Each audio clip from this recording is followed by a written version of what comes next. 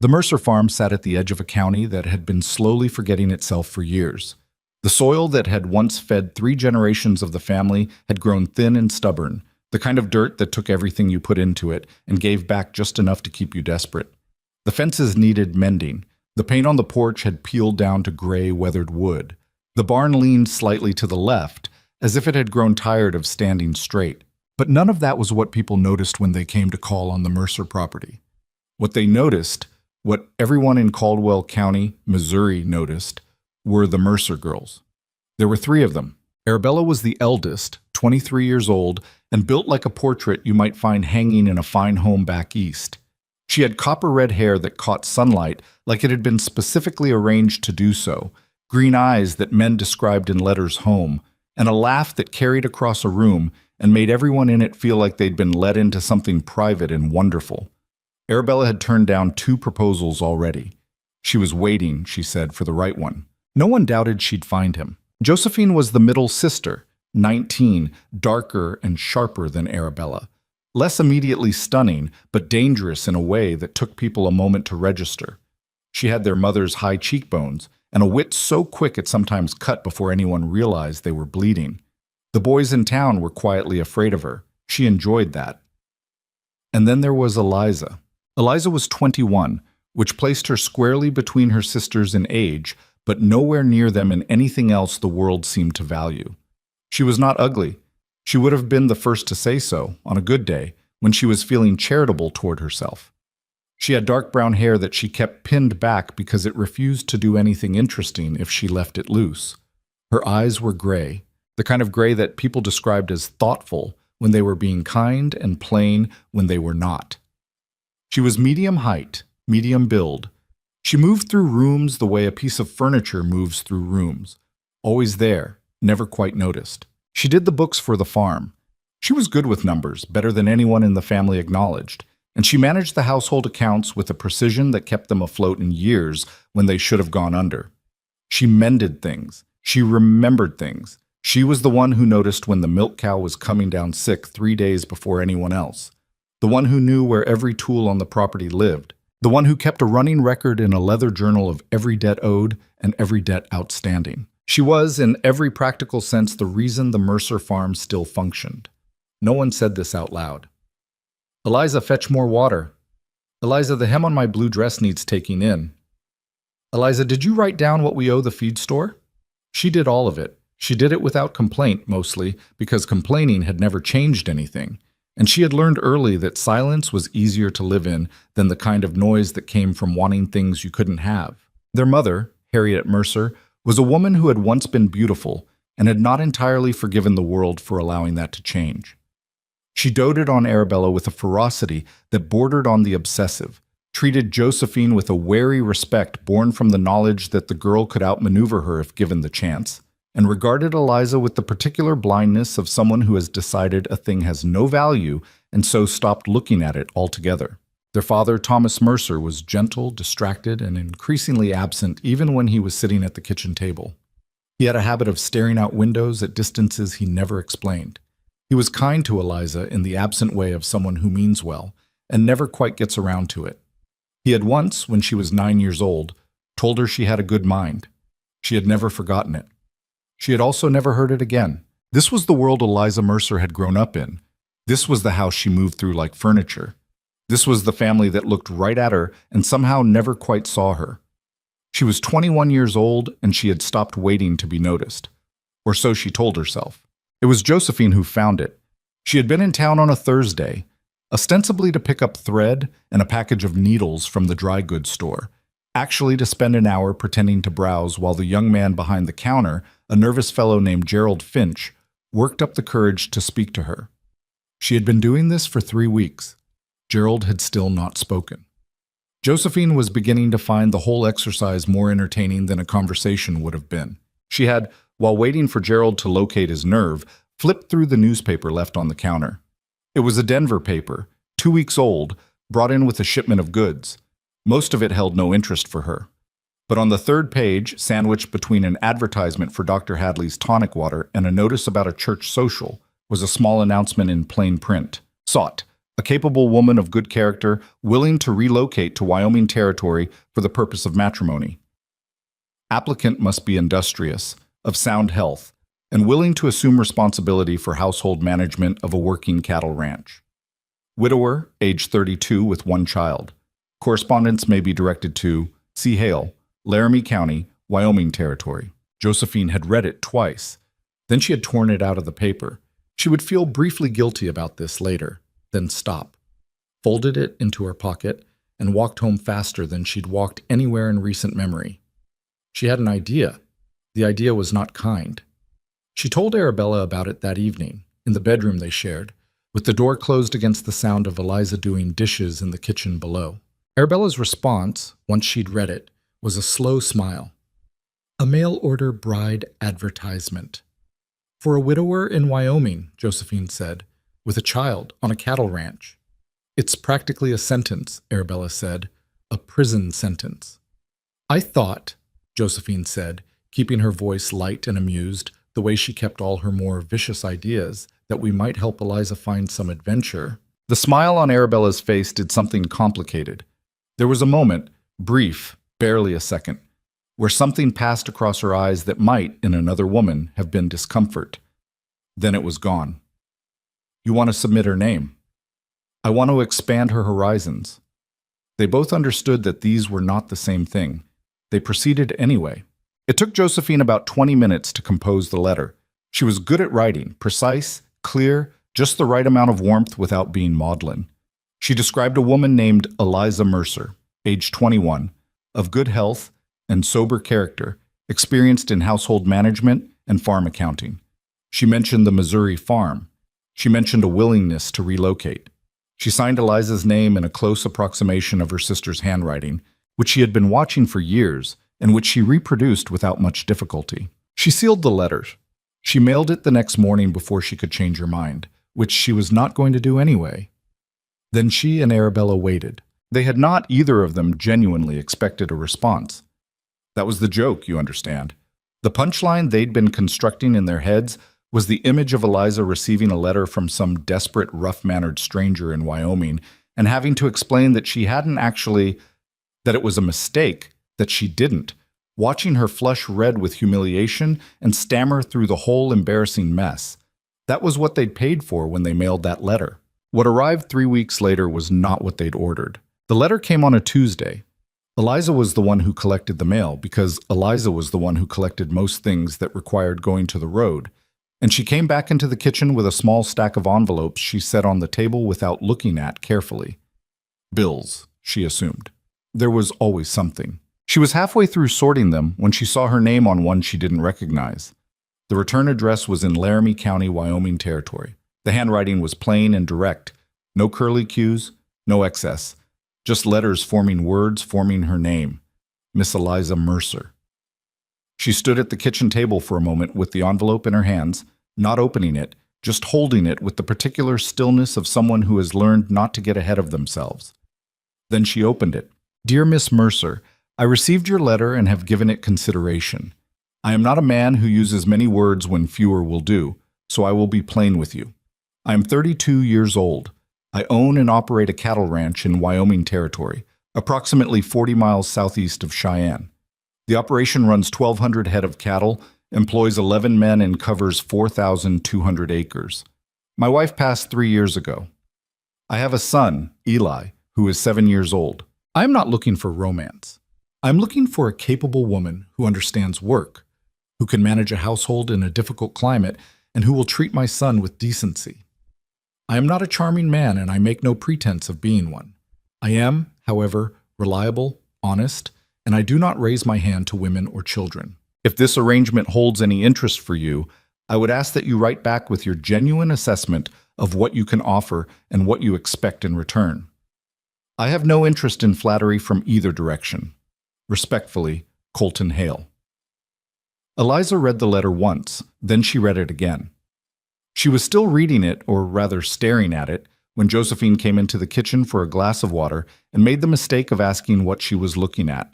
Eliza looked up slowly. There was something in her face that Josephine wasn't used to seeing there, a focused quality, like a lens being adjusted. Why, Eliza said, very quietly. Does a man in Wyoming territory have my address? The color that came up in Josephine's face was answer enough. What followed was not a quiet conversation. Arabella was called in. Their mother appeared at the doorway at some point, heard enough to understand the broad shape of it, and chose in characteristic fashion to say that this sort of thing was what came of girls who didn't know their place, and that it was all very embarrassing, and would someone please close the kitchen window because the draft was giving her a headache. Josephine, to give her limited credit, did not lie about it. She was honest in the way that someone is honest when they've been caught, and denial has become more work than the truth. She said it had been a joke. She said she hadn't thought anyone would actually respond. She said she certainly hadn't expected a letter like that. What kind of letter did you expect? Eliza asked. Something, I don't know, desperate, pathetic.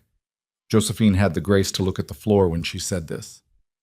Not, she gestured vaguely at the letter in Eliza's hands. Not someone like him, Eliza said. I wasn't trying to. Yes, you were, Eliza said. You were. She left the kitchen with the letter. She went up to her room, a narrow room at the back of the house that got morning light and afternoon shadow, and she sat on the edge of her bed and she read the letter a third time. I am not looking for romance. I am looking for a capable woman.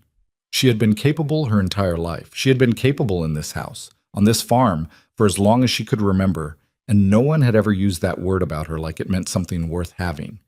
He had used it like a credential, like something that mattered. I am, however, reliable, honest, and I do not raise my hand to women or children. A low bar, she thought. But she had known men who couldn't clear it. She sat with the letter for a long time. The household carried on for 2 days as though nothing had happened, which was the Mercer family's primary method of handling discomfort. Their mother made a pointed remark at supper about foolish girls and foolish ideas, and how certain people ought to be grateful for what they had. Josephine was quieter than usual, which was not quiet at all, but was quieter than Josephine. Arabella was elaborately normal, which was its own kind of message. Eliza did the dishes. She fed the chickens. She updated the household accounts. She went to sleep and woke up and did it all again. On the morning of the third day, she sat down at the writing desk in the parlor, the good desk, the one she almost never used because it technically belonged to a parlor that was technically for guests, and she wrote a letter. It took her 4 drafts. The first was too stiff, too formal, like she was applying for a position at a bank. The second was too earnest, too much of her actual thinking bleeding through in ways that felt embarrassing on paper. The third was somewhere between the two but kept trailing off at the end like she wasn't sure she meant what she was saying. The 4th draft she wrote without stopping and without crossing anything out. And when she reached the end and read it back, she thought, yes, that's honest. Dear Mr. Hale, I will also be plain. Your letter was written to a version of me my sisters invented, which I expect you have a right to know. They submitted my name without my knowledge, as a prank. I do not think it was a kind thing to do, but it is done, and here we are. I'm not going to pretend to be what they described. I am 21, and I am not beautiful. I say this not for sympathy but for accuracy, because I assume you receive letters from women who oversell themselves, and I'd rather spare us both that. I have kept accounts for our farm for 4 years. I can manage a household, preserve food, care for animals, and work without supervision. I am in good health. I do not scare easily, or at least I don't let it show. I have never been to Wyoming. What I would expect, to be treated as a person of some sense, not as a decoration or a servant. To have honest information about what the work requires. To not be dismissed on sight. What I can offer, I will work hard. I will be honest with you. I will treat your son with care. I will not be a burden. This is, I think, a reasonable basis for correspondence if you care to continue it. Respectfully, Eliza Mercer. She folded it. She addressed the envelope. She walked to town and mailed it before she could think about it too carefully, which was the only way she had ever done anything brave. His response came in 11 days, which she had calculated was the minimum reasonable time for a letter to travel to Wyoming and back. She had not counted the days. She had counted the days. Dear Miss Mercer, your honesty is noted and appreciated. I have received letters from women who were not honest, and I can tell the difference. I am not looking for beautiful. I am looking for capable and steady, and someone who will not leave when the first winter hits. If you are those things, I have no use for anything else. Regarding your sisters, what they did was a cruelty. I say that not to make you feel worse about it, but because it is true, and I don't see any reason to pretend otherwise. You did not deserve it. I'm attaching the terms I am prepared to offer. They are fair. I've had them reviewed by the minister in Cheyenne, who is a decent man and not a fool. If you find them acceptable, I am prepared to proceed. If you come, you should know what you are coming into. The nearest town is 14 miles. Winters are severe. The work is real. I will not dress any of that up for you. I would like you to come. Respectfully, Hale. Hale Eliza sat with that last line for a long time. I would like you to come. Not flowery, not romantic, not the words a man wrote in a novel. Just a plain statement of fact, put down without decoration, meaning exactly what it said. She went to bed that night and lay in the dark, listening to the farm settle around her. The creak of old wood, the distant sound of one of the horses moving in the barn, her sister's voices somewhere below, talking about something that had nothing to do with her. And she thought about it all very carefully. She thought about 14 miles to town. She thought about real winters and real work. She thought about a 7-year-old boy she'd never met and a man she knew only in straight, unadorned sentences. She thought about this house, about the account books no one thanked her for, about her name being written down as a joke and mailed across the country to a stranger, about the way her mother had looked at her across the supper table the other night. Not angry, not concerned, just through her. Like she wasn't entirely there. She fell asleep before she made the decision, but she woke up already knowing what it was. She did not make a scene of it. She had considered it briefly. There had been a version of this in her head at 3 a.m, 2 days before she left, where she said everything she'd never said to her mother, to Arabella, to Josephine, where she laid out in precise and cutting terms exactly what each of them had taken from her and never acknowledged. It was a satisfying thing to imagine. She didn't do it. Not because she was afraid of conflict. She had learned to manage her fear reasonably well. But because she understood with a clarity that came from years of quiet observation that it would change nothing. They would defend themselves. Her mother would cry. Arabella would be wounded and beautiful about it. Josephine might actually feel bad, which was the most unpredictable outcome, and therefore the most dangerous. And at the end of it, she would still be leaving, and they would still be exactly who they were. Some things you just had to walk away from without the speech. She packed one trunk. She was ruthless about it. Took only what was genuinely hers, left behind anything she'd acquired through the household.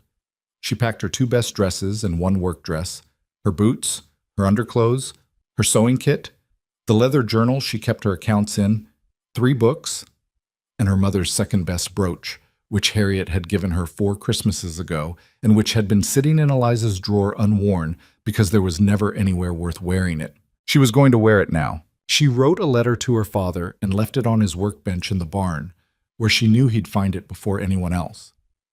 She said she was going to Wyoming to be married, that she was not in any danger, and that she had made the decision of her own free will.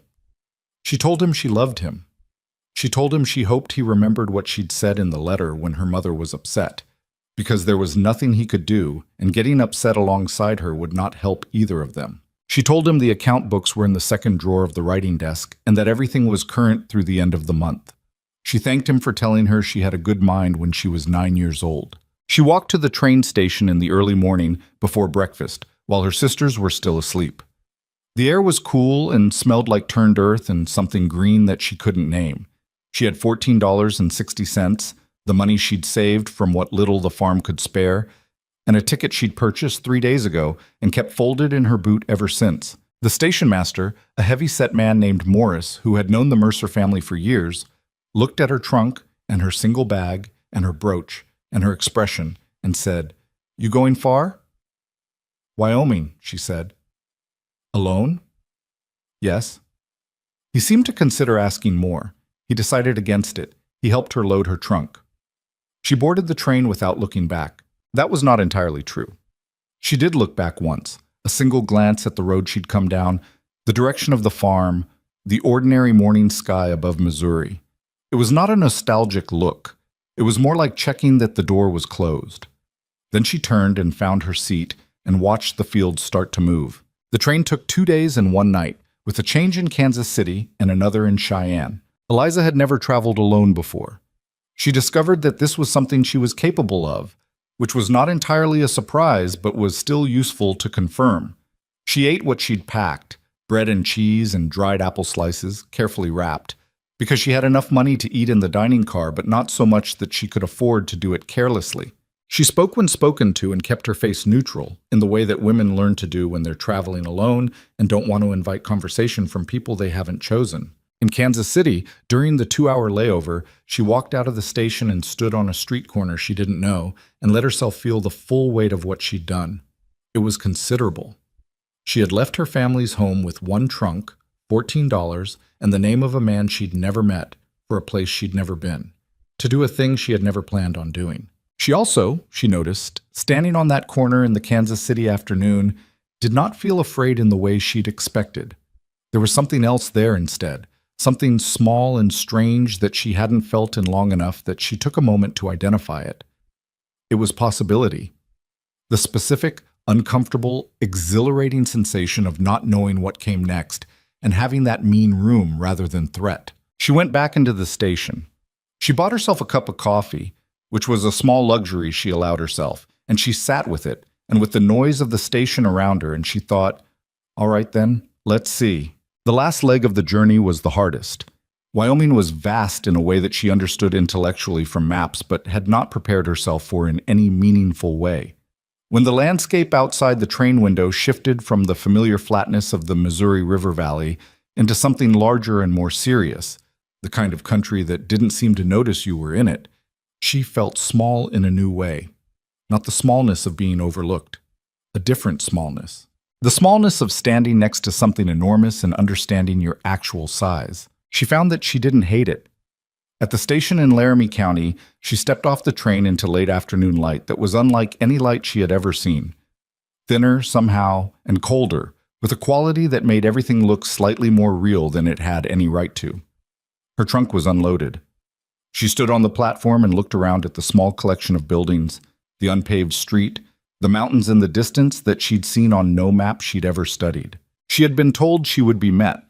She waited 12 minutes, which she counted, and then a buckboard wagon came around the far end of the street, pulled by 2 dark horses, driven by a man she had not yet met but recognized instantly from the shape of his posture, straight, no excess, and the unhurried way he handled the reins.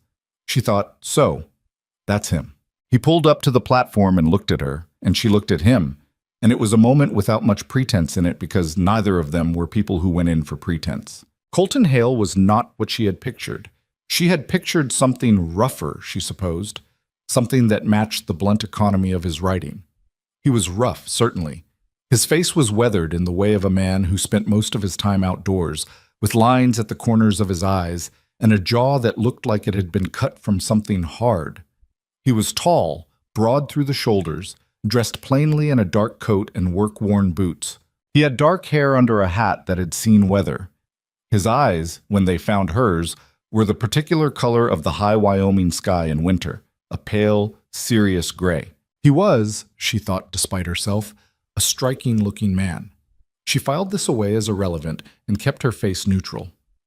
"Miss Mercer," he said. "Mr. Hale," she said. He got down from the wagon without ceremony and came to take her trunk. He was efficient about it. 2 hands, lifted clean, settled into the wagon bed without drama.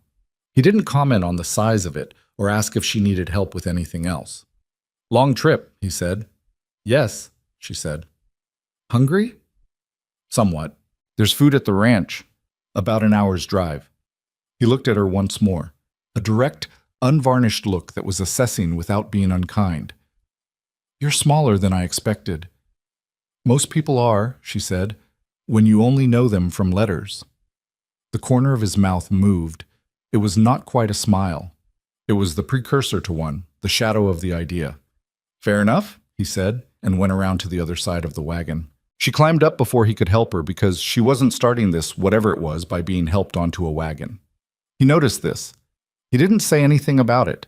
He gathered the reins and set the horses moving, and they drove out of town in the thin Wyoming light, and the mountain sat against the horizon like they'd been there since before time had opinions about itself. Eliza held her hands in her lap and watched the country go by and thought, all right, Here we are. The ranch was further than an hour, because a wheel hit a rock in a rut about 40 minutes out, and Colton had to stop and check it. And while he was doing that, she climbed down without being asked and held the horses, which she could see he'd been about to ask her to do. He looked at her from beside the wheel with the same measured expression. "You're not what I expected either," he said. "What did you expect?" He thought about it genuinely before answering, which she noted. "Someone more frightened," he said finally. "Most people are. First time they see this country." "I've been frightened before," Eliza said. "I just don't see the point in showing it to strangers." He looked at her a moment longer. Then he went back to the wheel. They drove the rest of the way in silence, but it was a silence with something different in it than the silence she'd grown up in. That silence had been the absence of being seen. This silence was two people deciding independently and without discussion to reserve judgment. It was a better kind of quiet. The ranch appeared over a low rise as the sun was finishing its business with the sky, and Eliza saw it in the last gold light, sprawling, functional, nothing beautiful about it except the way it sat in the landscape like it meant to be there. A large main house in dark timber, a barn that was easily 4 times the size of the one at the Mercer farm, outbuildings she'd identify later, a corral where horses moved in the half-dark. Standing on the porch of the main house, silhouetted against the light from inside, was a small figure. 7 years old, she thought. That would be Eli. The boy didn't move from the porch as they pulled up. He was watching her with the particular intensity of a child who has been waiting and who has decided he is not going to seem like he's been waiting.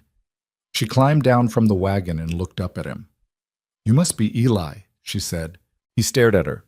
He had his father's coloring, the dark hair, the serious eyes, and a wariness around his mouth that was too old for his face. "You're from Missouri," he said. "Yes." "Is it flat there?" "Very flat," she said. "Nothing like this." He considered her for another moment, weighing something she couldn't see the scales of. "Papa said you were coming to stay," he said. "He said it wasn't definite." She glanced back at Colton, who had come around the wagon and was watching this exchange with his arms at his sides and nothing particularly readable on his face. "That's true," Eliza said, returning her attention to the boy. "Not definite yet." "Why not?" "We haven't decided if we suit each other yet, your father and I." Eli absorbed this with the gravity of a child who has had to understand adult things before he was entirely ready for them. "What if you don't?" "Then I'll go home," she said. "But I don't think that's going to happen." "How do you know?" "I don't," she said honestly, "but I'm not in the habit of coming all this way for nothing." Something shifted in the boy's face. Not quite trust. Trust was going to take considerably longer, but the specific recognition that she had answered him straight, without the softening or deflecting that adults used on children when they wanted to avoid the actual question. "Supper's been keeping warm," he said, and went inside. Colton came to stand beside her on the porch steps, looking at the door his son had gone through. "He'll come around," he said. "He doesn't need to come around," Eliza said. "He needs to see whether I'm worth trusting. That's different." Another long pause. Another one of those not-quite-smile expressions. "Supper's inside," he said. She went in. The house smelled like wood smoke and something meat-based that had been cooking slowly, and it was not the warmth of a house that had been recently full of life.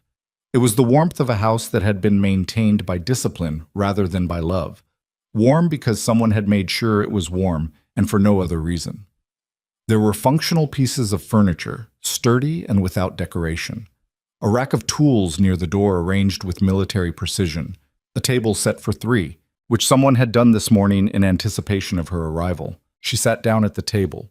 Eli appeared with a pot of beans from the back of the stove, with the careful concentration of a child who has been given a job and has decided to do it well. Colton brought bread and a platter of what turned out to be reasonably good roasted beef. They ate. The first meal was almost entirely silent, punctuated by the sound of the fire and the distant shift of horses in the barn. But it was not the silence of people who had nothing to say. It was the silence of 3 people being very careful, which was appropriate, and of 2 adults who had written their truths to each other and were now in the strange position of occupying the same room as those truths. Eliza ate 2 portions of the beans because she was genuinely hungry and because she had decided somewhere on the train that she was going to stop performing modesty in the ways women were trained to perform it when men were watching. When supper was done, Colton showed her to a room at the end of the upstairs hallway. It was small and clean and had a window that looked east toward a line of low hills. There was a bed with a quilt, a washstand, a chair. "This is yours," he said. "For now." "All right," she said. He started to leave. He was at the door when she said, "Mr. Hale." He turned. "Thank you," she said, "for writing back, and for—" She looked at the room, at the window, at the quilt that someone had folded over the foot of the bed with evident care. "For the consideration." He was quiet for a moment. "You made a brave decision," he said. "Harder one than mine." Then he was gone, his footsteps down the hall steady and even, and she heard a door close somewhere, and then the house was quiet. Eliza stood in her room in Wyoming territory with her single trunk beside her and her mother's brooch still on her dress and the long day of the journey settling into her bones. And she stood at the window and looked out at the dark hills and the extravagant, merciless sky. And she felt something she had no immediate name for. Not happiness, exactly. Not relief. Something closer to landing. The feeling of something that has been moving for a long time, finally finding the ground. She unpacked her nightclothes and her journal and her books. She set the journal on the small table by the bed. She sat down in the chair and she let the room be quiet around her. And she didn't think about her sisters or her mother or the account books in the second drawer or the life she'd left behind. She thought about the mountains, which she could see in outline against the stars. She thought, "Plain," they called me. Overlooked. She thought, "All right then, let's see what overlooked can do out here." Outside, the Wyoming night was enormous and cold and entirely indifferent to what she was feeling, which was somehow exactly right. She went to bed. She slept without dreaming for the first time in as long as she could remember, and the sleep was deep and full and without the background noise of a house that didn't quite contain her. And that, in the end, was the most honest measure of where she had landed. For the first time in 21 years, Eliza Mercer slept like a woman who was exactly where she was supposed to be. The first morning came in through the east window before she was ready for it. Eliza was not a late sleeper by habit.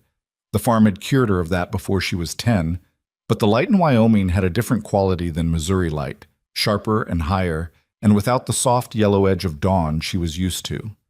It came in like a declaration instead of a suggestion, and she was sitting up before she'd fully decided to be awake. She dressed in her work dress, pinned her hair back the way she always did, and went downstairs.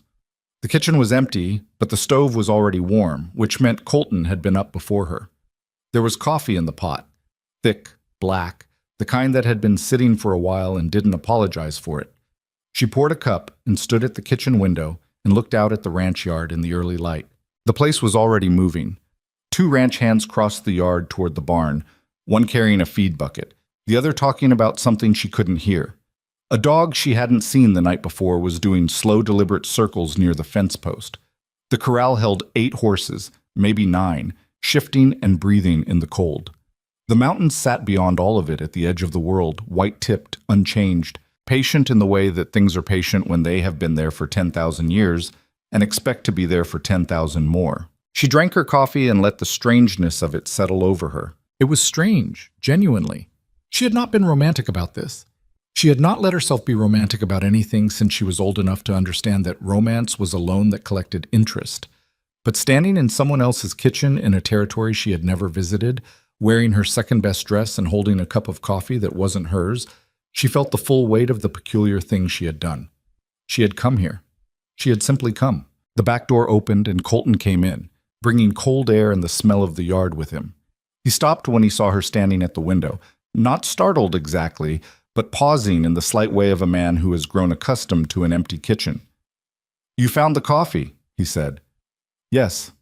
Thank you." He hung his coat on the peg by the door. He was already in work clothes, his hands rough with outdoor cold. He went to the stove and poured his own cup and stood at the counter and drank it the way he seemed to do most things, without excess, without commentary. "Eli'll be down in an hour," he said. "He doesn't rush mornings." "Neither did I at his age," Eliza said. Colton looked at her over his cup. "What changed?" "My mother decided sleeping past 5 o'clock was a moral failure." She said it without bitterness, just as fact. "Takes a while to talk yourself out of someone else's schedule." He made a short sound that might, under different circumstances, have been a laugh. "Breakfast is your call," he said. "I've been making do with bread and whatever's left from supper, but there's flour, eggs, salt pork." She set down her cup. "I'll make something proper." "You don't have to." "I know I don't have to," she said. "I want something hot." She found the flour in a tin cabinet, the eggs in a covered basket near the cool window, the salt pork hanging in the back pantry. The kitchen was organized in the way of someone who had learned organization out of necessity rather than preference. Everything had a place, but the places weren't always intuitive. She adjusted as she went, noting without comment where she would put things differently. She made Johnny cakes and fried the salt pork and sliced bread, and by the time Eli appeared at the bottom of the stairs, hair uncombed, one boot not fully laced, the particular look of a child who has just conducted an internal debate about whether to come down at all, the kitchen smelled like something that required a decision. The boy stood in the doorway.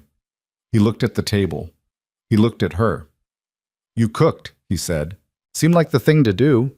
She set a plate at his place at the table. "Your boot's not laced." He looked down at his boot as though it had done this without his cooperation. He bent and laced it badly, and then came to the table and sat down and ate with the focused intensity of a 7-year-old who has decided he is hungry regardless of his feelings about the situation. Colton ate across from him in silence. Eliza sat at the far end of the table with her own plate and her second cup of coffee, and the three of them occupied the same meal without much talk, and it was not comfortable exactly, but it was not hostile. It was what it was, 3 people learning the shape of being in the same room. After breakfast, Colton told her he needed to be out on the range for most of the day, that a ranch hand named Dunmore would be around the yard if she needed anything, and that she was free to look around the property as she saw fit. He said this last part carefully, not like an invitation but like information, like he wanted her to know the boundaries were open without making it sound like he was testing her. She recognized the distinction and appreciated it. "What does the house need?" she asked. He paused in putting on his coat. "What do you mean?" "Is there mending? Preserving that needs doing? Accounts that are behind?" He looked at her in that measured way he had. "The accounts are on the desk in the front room. I'm not behind, but I'm not ahead either. The rest—" He glanced around the kitchen, and she could see him actually looking at it, maybe for the first time in a while. "Whatever you think needs doing, I'm not going to give you a list." "All right," she said. He left. She heard the horses move outside, the sound of riders going out through the yard. Eli disappeared somewhere into the back of the house, and Eliza stood in the kitchen alone and looked at it properly. The house was clean in the way that things are clean when a man keeps them clean out of discipline. Swept, nothing left out that didn't need to be out, but there was a bareness to it that went beyond tidiness.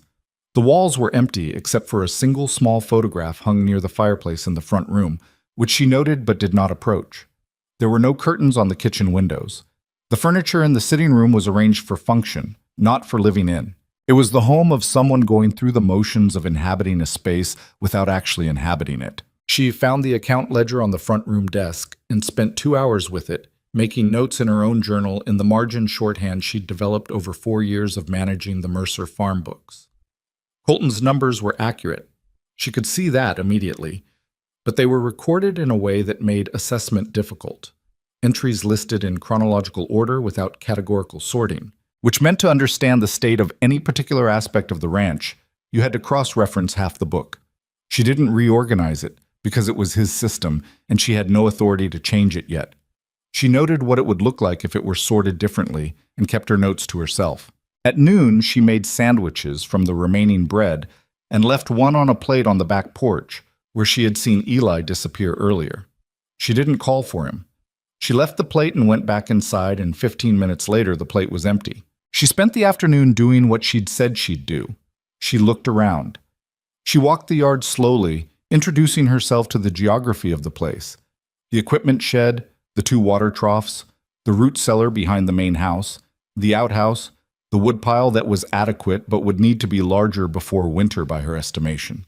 She looked at the kitchen garden that had been planted and partially tended and partially left to struggle on its own, and she crouched down and put her hand in the soil and felt what was there.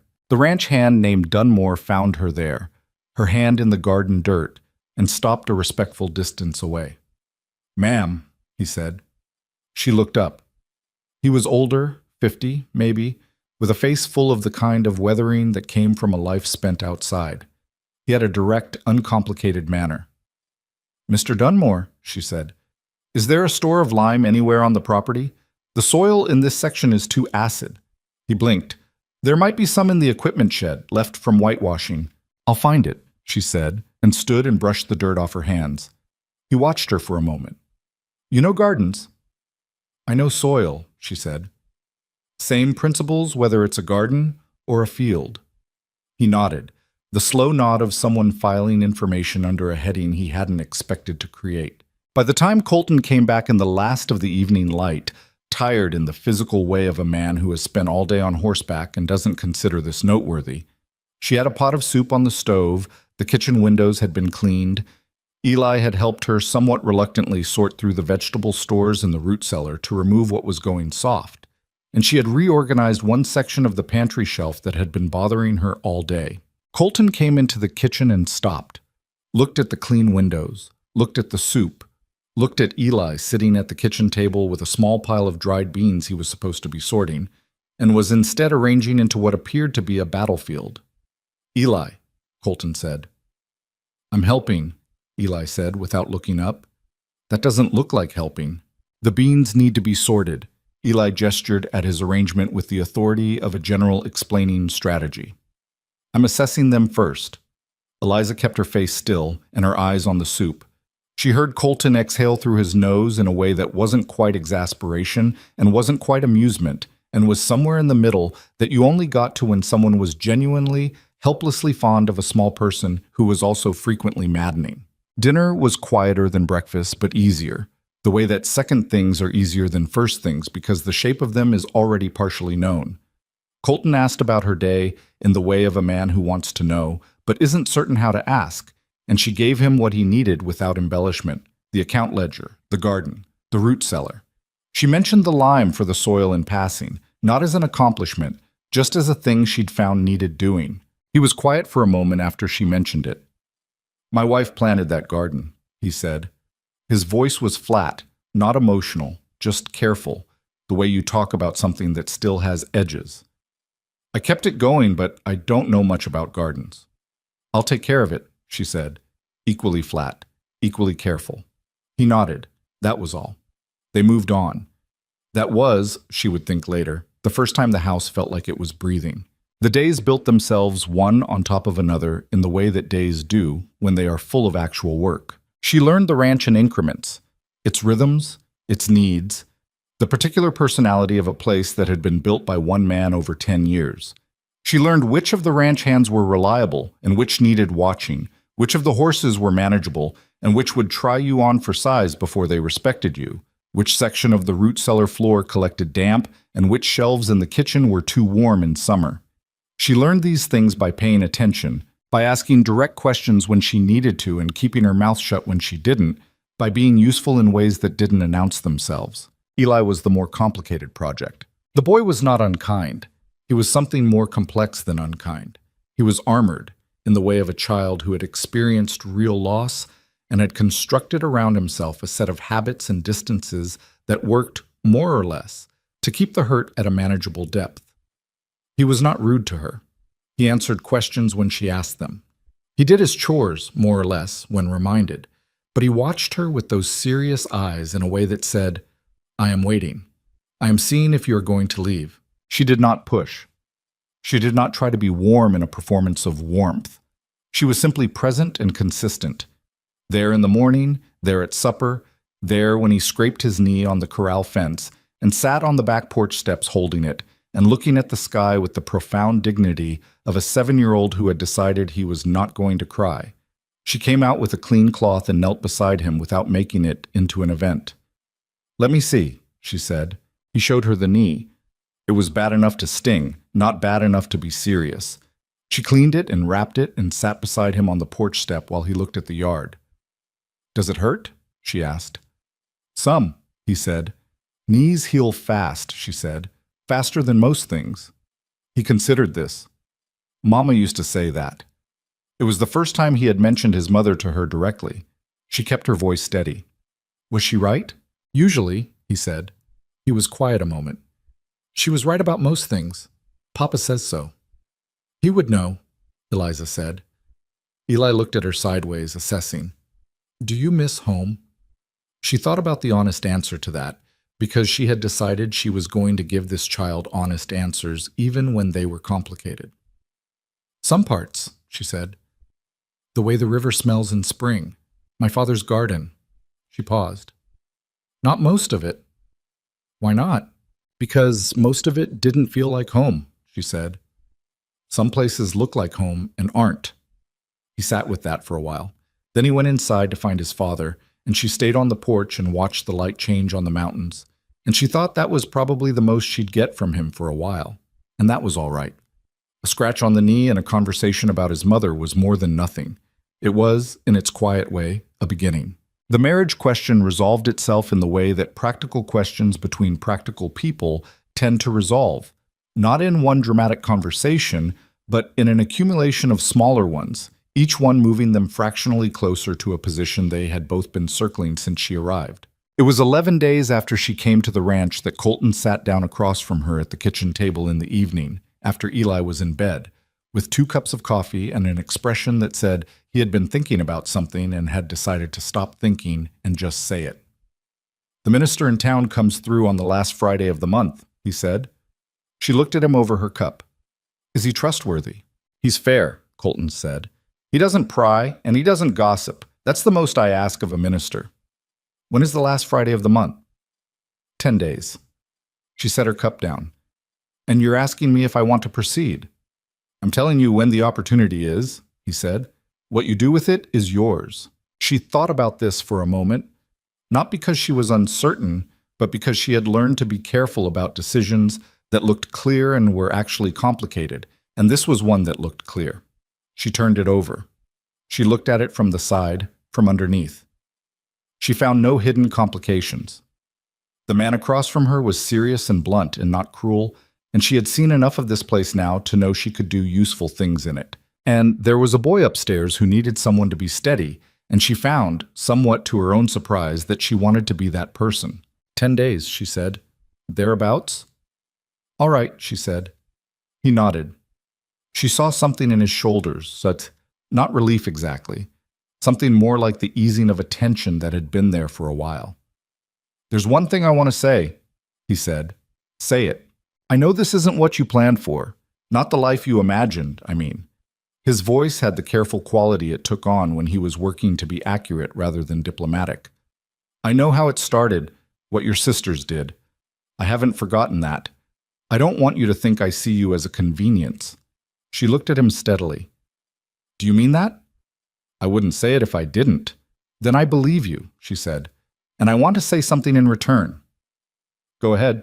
I didn't come here because I had nowhere else to go, she said. I could have stayed in Missouri. It would have been miserable, but I wouldn't have starved.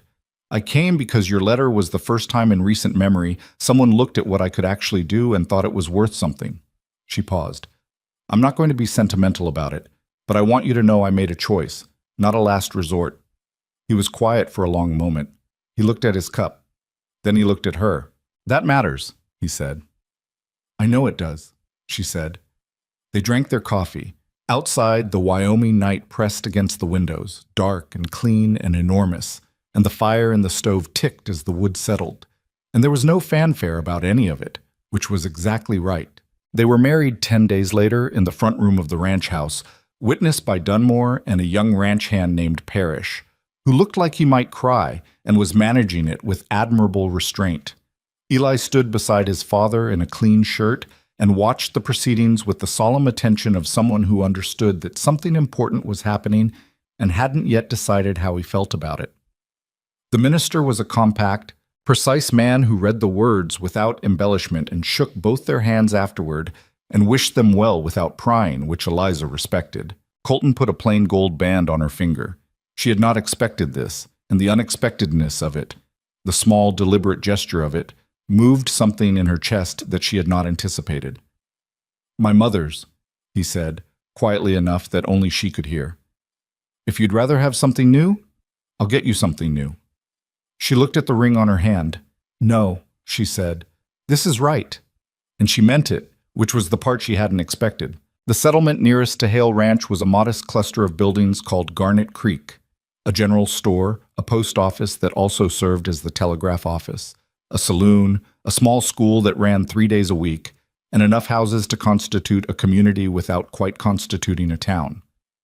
The people who lived there and the surrounding homesteads were a particular kind of people, self-reliant in the way of necessity, deeply attentive to other people's business in the way of isolation, and possessed of the sharp evaluative instinct of those who have learned that misreading a stranger can cost you. They had heard about Colton Hale's new wife before she arrived in the territory.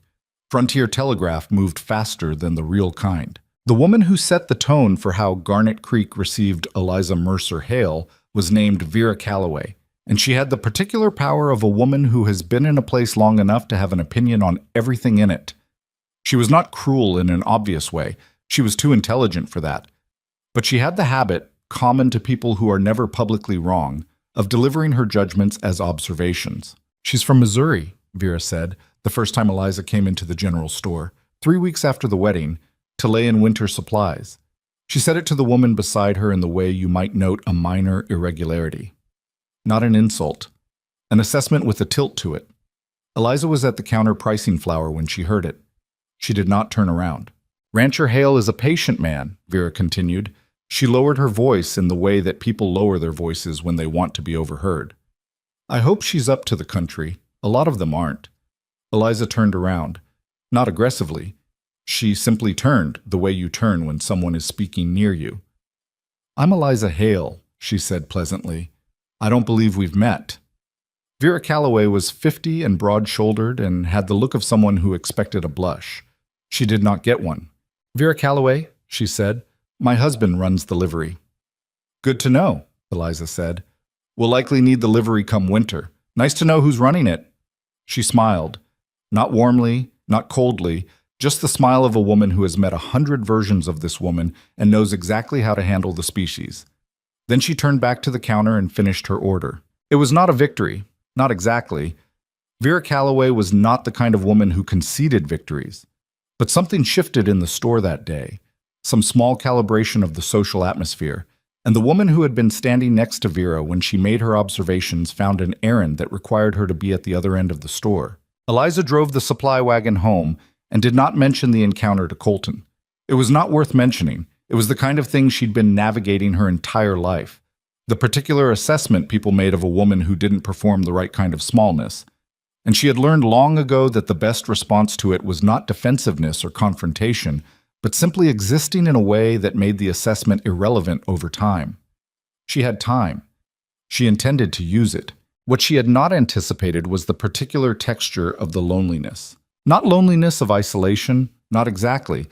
There was too much work and too much to think about for that kind of loneliness to get a real foothold.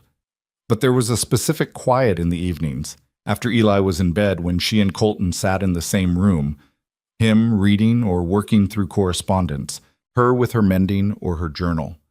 And the silence was the silence of two people who had made a reasonable agreement and were honoring it, and who had not yet found the language to be anything more than reasonable to each other. He was not cold.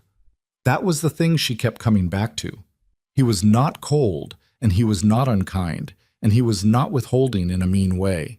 He was simply sealed, like a door that had been closed from the inside and the person behind it had forgotten there were windows. She learned small things about him in the way you learn things about careful people, sideways, in glimpses. She learned that he had built the house himself, or most of it, in the 3 years before his first wife came to the ranch. She learned that he had grown up in Kansas, which explained a certain kind of flat, practical endurance she recognized. She learned that he was good with the horses in a way that went beyond management. The animals were calmer when he was in the yard, something the hands had noticed and mentioned without quite being able to explain. She learned that he had a temper he kept controlled in the way of someone who has spent years learning to control it. Not because it was gone, but because he had decided it had no useful place in the way he wanted to operate. She saw it once, briefly, when a neighboring rancher came by with a dispute about a fence line and was disrespectful in the careless way of a man who has decided the person across from him doesn't merit courtesy. Colton's voice didn't rise, but something behind his eyes changed, and the rancher, who was not a perceptive man, but was apparently capable of some basic animal self-preservation instinct, adjusted his posture and his tone. The dispute was resolved. The rancher left. Colton came back inside, and there was a tension in his jaw for 20 minutes that then gradually unwound, and he sat down and picked up what he'd been reading and did not mention it. She did not mention it either, but she filed it away. The temper, the control, and the fact that the control was a choice he made every time, rather than an absence of feeling. That was a meaningful distinction. She had known men whose control was real indifference, and she had known men whose control was a roof held down over something violent, and she had known men who simply contained feeling the way a keg contains pressure, and you did not handle those three types the same way. Colton was the keg type. The pressure wasn't dangerous. She had decided she believed that, but it was pressure, and it had been there a long time, and she could feel it in the house sometimes at night when she lay awake listening to the quiet. She knew, without being told, that it had to do with his first wife, with how she had died. She knew the shape of the wound without knowing its specifics, the way you can see the shape of something underwater without being able to read its detail. She did not ask. Not yet. There was an order to these things, even if no one had written it down. In the 4th week, Eli showed her his horses. He had 2 of them. Technically, 1 full horse and 1 pony that was officially a ranch animal, but which the boy had clearly annexed as his personal property. The pony was called Button, a name that had been given before Eli was old enough to name horses and had stuck in the way of all the names given before You Know Better. The other was a 3-year-old roan called Castor, who had been assigned to Eli's care as a teaching exercise by his father and whom Eli had developed the complicated feelings about that boys develop about animals that are both theirs and not theirs. He took her to the barn on a Sunday afternoon when the light was long and the work was light, with the particular air of a child who has decided to extend a privilege and wants it noted without being pointed. "This is Button," he said. The pony regarded her with the philosophical indifference of old animals. "He's seen a lot," she said. 11 years, Eli said with authority. "Papa says that's old for a pony but not for a horse. Papa doesn't explain why." "Different build," she said, running a hand along Button's neck. The pony leaned into it slightly, which was about as much emotional expressiveness as you could reasonably expect from a pony. More strain on the joints at the work they do. Same as people, different bodies wear differently. Eli filed this away with the particular expression of a child receiving information he will think about later in private. He showed her Castor. He showed her how he brushed the roan's coat, which he did with an earnestness that she found quietly moving. He told her about the time Castor had spooked at a jackrabbit and thrown him into the fence, described it with the precise detail of someone who has replayed the incident many times from multiple angles and has reached a complicated set of conclusions about both the horse's behavior and his own response to it. "Were you afraid?" she asked. "Yeah," he said, without any evident embarrassment about admitting it. "Did you get back on?" "Papa said I had to." "Was he right?" Eli considered this with the seriousness it deserved. "Yes," he said finally, "but I didn't like it at the time." "Most right things aren't likable at the time," she said. He looked at her. The wariness was still in his eyes, but something else had arrived alongside it. The tentative curiosity of someone who has decided to leave a door slightly open. "Do you ride?" he asked. "Not well," she said honestly. "Missouri girls don't have much occasion." "Papa could teach you." "Maybe," she said. "Or you could." He blinked. The idea of teaching an adult something appeared not to have occurred to him as a possibility. The expression that crossed his face was one she recognized. The specific, complicated pleasure of being considered useful by someone who didn't have to consider you useful. "I'm not as good as Papa," he said. "Good enough to start," she said. He thought about this for a long moment, turning it over. Then he put the brush down and straightened up with the dignity of a 7-year-old who has made a decision. "Tomorrow morning," he said, "before chores." "Before chores," she agreed. She left the barn and walked back toward the house in the late afternoon, and the mountains were there like they always were. And the sky was that particular Wyoming blue that she was beginning to know by its variations. The morning blue, the noon blue, the evening blue that was closer to indigo and made everything under it look like it was being considered. And she thought about Colton, as she did more often than she let herself acknowledge, not romantically, or not only romantically, but with the steady, focused attention you give to a problem that matters. He was in there, behind that door, with whatever weight he had been carrying since his first wife died, and she was out here learning his son's horses and his ranch's soil and his household's rhythms.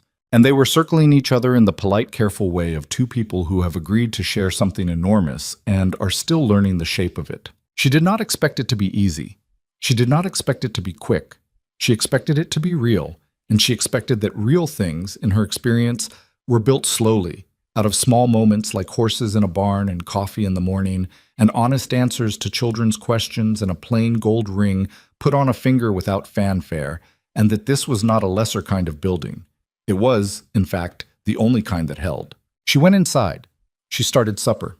The house filled with the smell of wood smoke and something cooking. And somewhere upstairs, Eli was probably arranging things into formations they were not meant for. And outside, the Wyoming evening was doing what Wyoming evenings did, going enormous and cold and indifferent and somehow inexplicably beautiful. She stood at the stove and stirred and thought, "Not definite," Eli had said. "Not definite yet."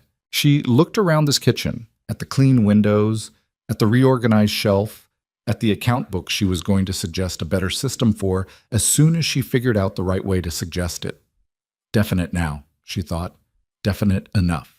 The first snow came in October, earlier than Dunmore said it usually did, which Dunmore noted with the quiet satisfaction of a man who has been predicting bad things long enough that being right about them no longer surprises him. Eliza watched it come in from the kitchen window, a gray curtain dropping across the mountains first, then the foothills, then the ranch yard, filling the air with the particular silence that snow brings, the way it muffles the world and makes everything quieter than it has any right to be.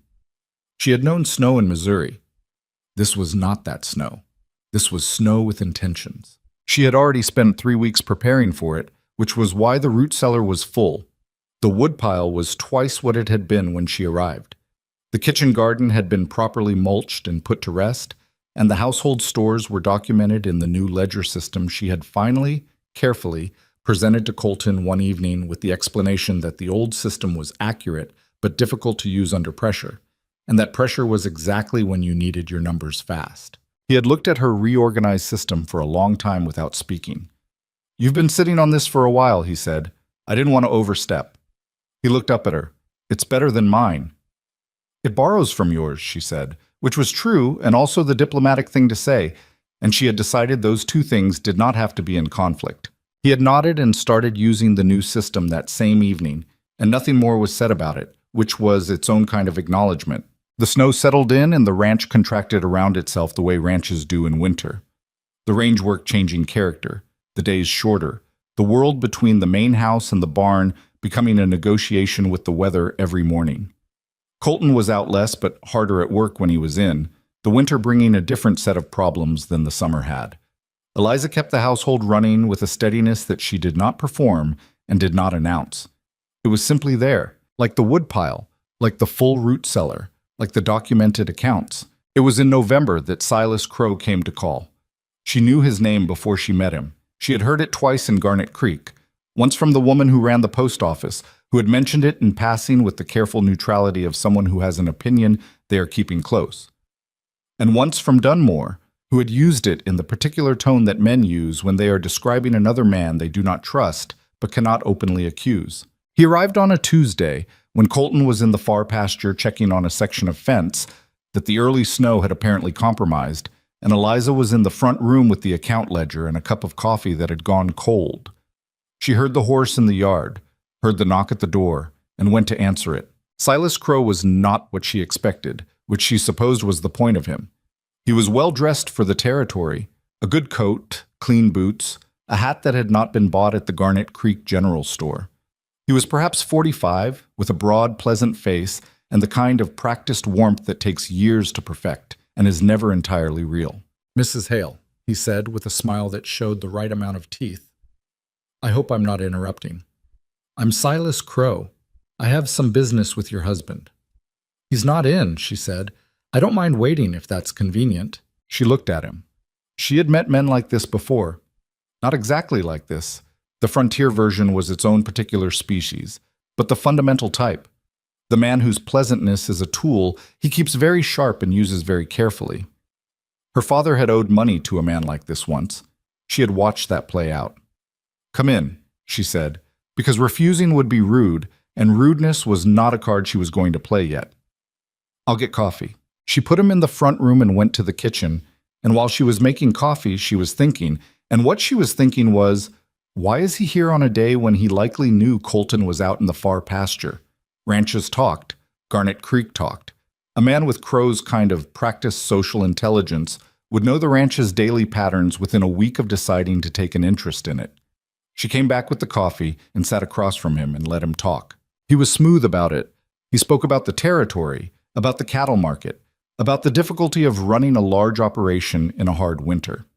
He mentioned, with well-manufactured casualness, that he had been in land acquisition for going on 15 years and that the territory was changing, that the old way of holding large unfenced ranges was becoming difficult, that a man in Colton's position might want to think carefully about the future of his operation. "What exactly are you suggesting?" she asked. He looked at her with the slight recalibration of a man who had expected polite listening and gotten a direct question. "Just a conversation," he said.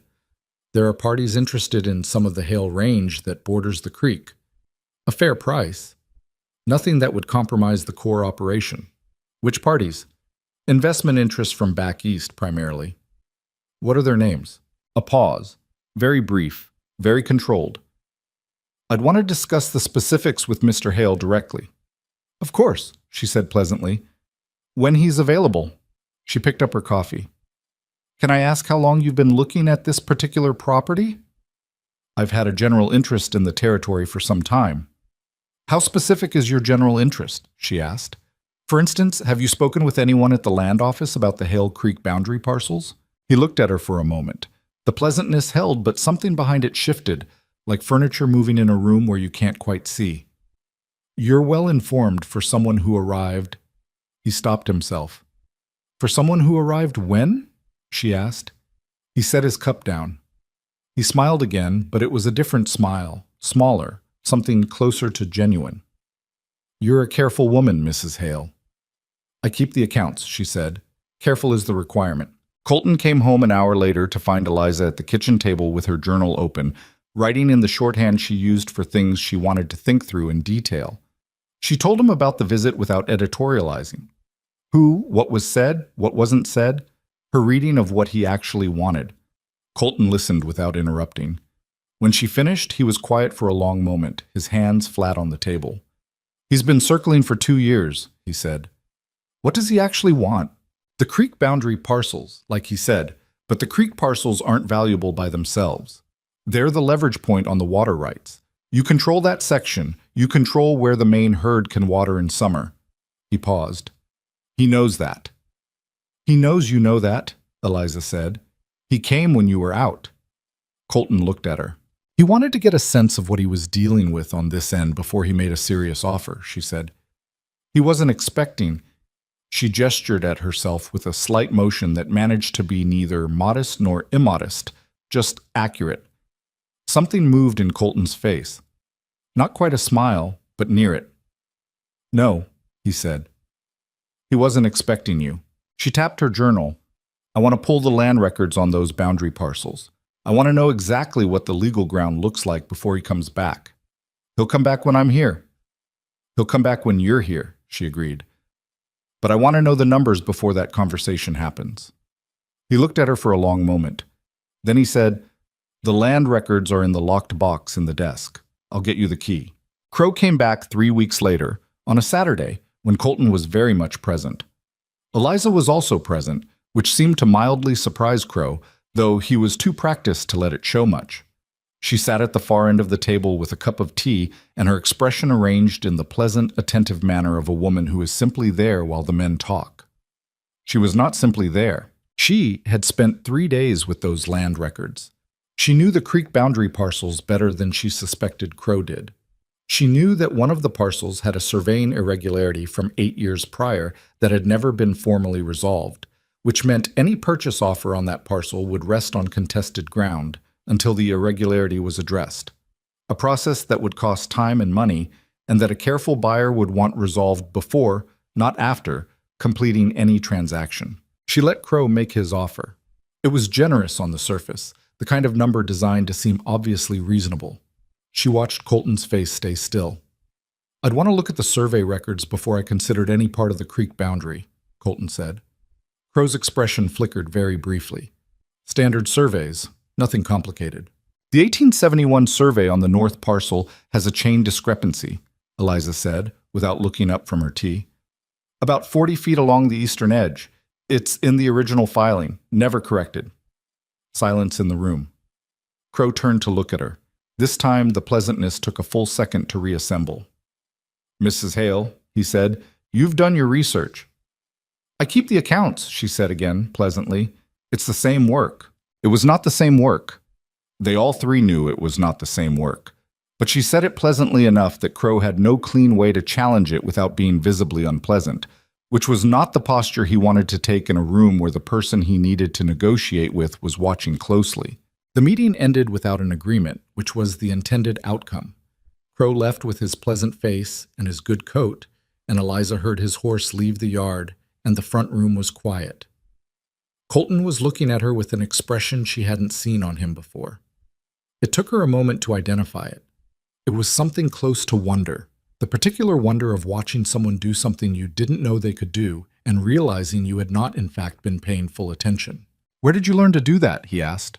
4 years of keeping accounts for people who didn't pay attention," she said. "You learn to know the numbers better than everyone in the room. It's the only power that's actually yours." He was quiet. Then he said, "Thank you." She nodded. She picked up her tea. She went to the kitchen to start supper, and if her hands were slightly unsteady as she reached for the pot, it was because the adrenaline of the last hour had somewhere to go, and it chose her hands to go there. And she gripped the pot handle and let the steadiness come back before she started anything that required careful measurement.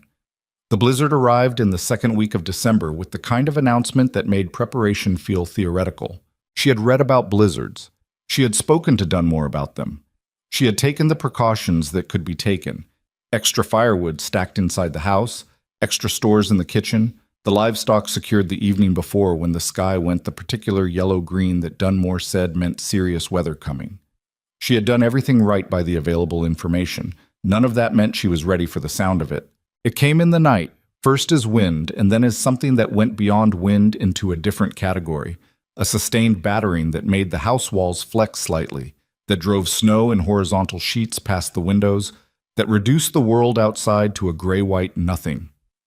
By morning, the drifts were up to the first windowsills on the windward side of the house.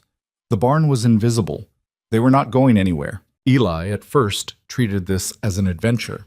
He pressed his face against the window and watched the storm with wide eyes, and made inventories of their food stores with a seriousness that was mostly theatrical but contained some genuine practical thinking, which Eliza noted with approval. He helped her carry extra wood from the stack inside the back door. He asked questions about blizzards with the enthusiasm of a child who has encountered something bigger than he expected and is deciding whether to be frightened or fascinated. "How long does it last?" he asked. "Depends," she said. "This one looks serious. Could be 2 days, could be more." "What do we do?" "Stay warm. Keep the animals checked. Don't go out without a rope." "What's the rope for?" "So you can find your way back," she said. "When it's like this, you can't see your hand in front of your face. People get turned around 10 feet from their own door." He absorbed this. "Has that happened?" "To others. Won't happen to us because we're going to be careful." She looked at him. "Right?" "Right," he said, with the grave responsibility of a child who has been enlisted in something real. Colton was the one who was not all right. She noticed it the first evening, a quality to his stillness that was different from his usual stillness, tighter, with something behind it that she recognized by now as the pressure inside the sealed door pressing outward. He sat by the fire and was functional. He answered when spoken to, he ate, he checked the fire. But he was somewhere else. Some internal terrain she could feel him navigating. She said nothing that first evening. She put Eli to bed and came back downstairs and sat with her mending and let the silence be what it was. The second day, the storm did not let up. Colton was worse by afternoon. She could see it in the set of his shoulders, in the way he checked the window more than was necessary, in the slight roughness that came into his voice when Eli asked a question he had to pull himself back to answer. She had been watching this man for 3 months now, watching with the careful attention she gave to things that mattered, and she knew the difference between his difficult moods and something that was costing him real currency. She made coffee. She brought a cup to where he stood at the window, watching nothing but snow. He took the cup. He didn't turn. "Tell me," she said. "Nothing to tell." "Colton." He was quiet a long time, long enough that she thought he wasn't going to speak. Then he said, without turning from the window, "Clara died in a storm. Not like this one. March storm. She went out to check on one of the horses, and she went the wrong way in the dark and the cold." His voice was flat and even in the way that voices go flat, and even when the feeling behind them is too large for tone to carry. They found her the next morning, 40 feet from the barn door. The fire ticked in the grate. Outside, the blizzard pressed against the glass. Eliza stood with her own cup and looked at the side of his face and thought about 40 feet. She thought about a woman she had never known, whose ring was on her finger right now, who had walked 40 feet in the wrong direction and not come back. She thought about a man who had built this house and this ranch and was standing at a window in a blizzard 3 years later, still carrying that 40 feet around with him everywhere he went. "You couldn't have stopped it," she said. "I should have checked the horse myself."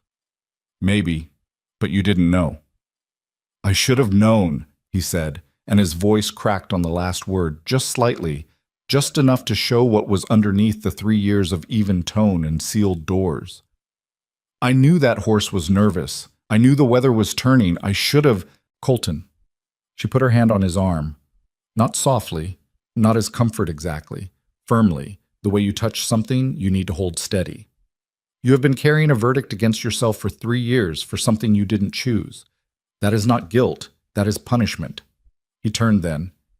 He looked at her with the raw expression of a man whose door has just come off its hinges when he wasn't prepared for it. "There's a difference," she said. "Guilt is about what happened. Punishment is what you do to yourself after. She would not have wanted you. You didn't know her." "No," Eliza said, "but I know you. And I know you are a man who, if you made a genuine mistake, would find a way to carry it and move forward because that is how you're built. What you're doing is not that. What you're doing is holding yourself responsible for weather and bad luck and the particular terrible randomness of how things go wrong." She paused. "And it is eating you alive. It is eating this house alive." He looked at her for a long time. His jaw was tight. His eyes were very bright in the firelight. "You've thought about this," he said. "I've been thinking about it for 3 months, she said honestly. "Why didn't you say anything?" "Because it wasn't time," she said. "It took a blizzard." He made a sound, not a laugh, not a cry, something in between the two that had been waiting a long time for permission to exist. He turned back to the window, but differently now, and she stayed where she was with her hand on his arm, and the storm pressed on, and the house held. It was a long night. They sat by the fire after Eli was in bed, and he talked in the way that people talk when they have been silent for a very long time. Not always coherently, not always in the right order, circling back to certain things and then away from them. He talked about Clara, who had been funny and sharp and not afraid of anything, who had loved the ranch in a way that was different from his own love for it, his love being about the building of it, hers being about the living in it. He talked about the year after she died, which he described in terms so stripped of sentiment that the bleakness of it came through precisely because he wasn't trying to make it sound bleak. He talked about Eli, about the boy's face when he was told, about trying to explain to a 4-year-old what gone meant when gone meant forever. Eliza listened. She asked questions when a question was better than silence, and was quiet when silence was better than a question. She did not tell him it would be all right. She did not tell him the grief would pass. She knew better than to say things that were true in general terms, but useless in specific ones.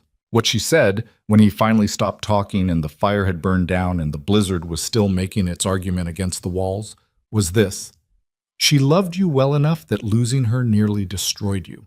That is not a small thing. That is not something to be ashamed of. The shame only comes in if you let it keep you dead while you're still here." He was quiet for a long time. The fire popped. "You are not what I expected," he said, for the 3rd or 4th time. But this time it meant something different than it had the times before. "You keep saying that," she said. "It keeps being true," he said.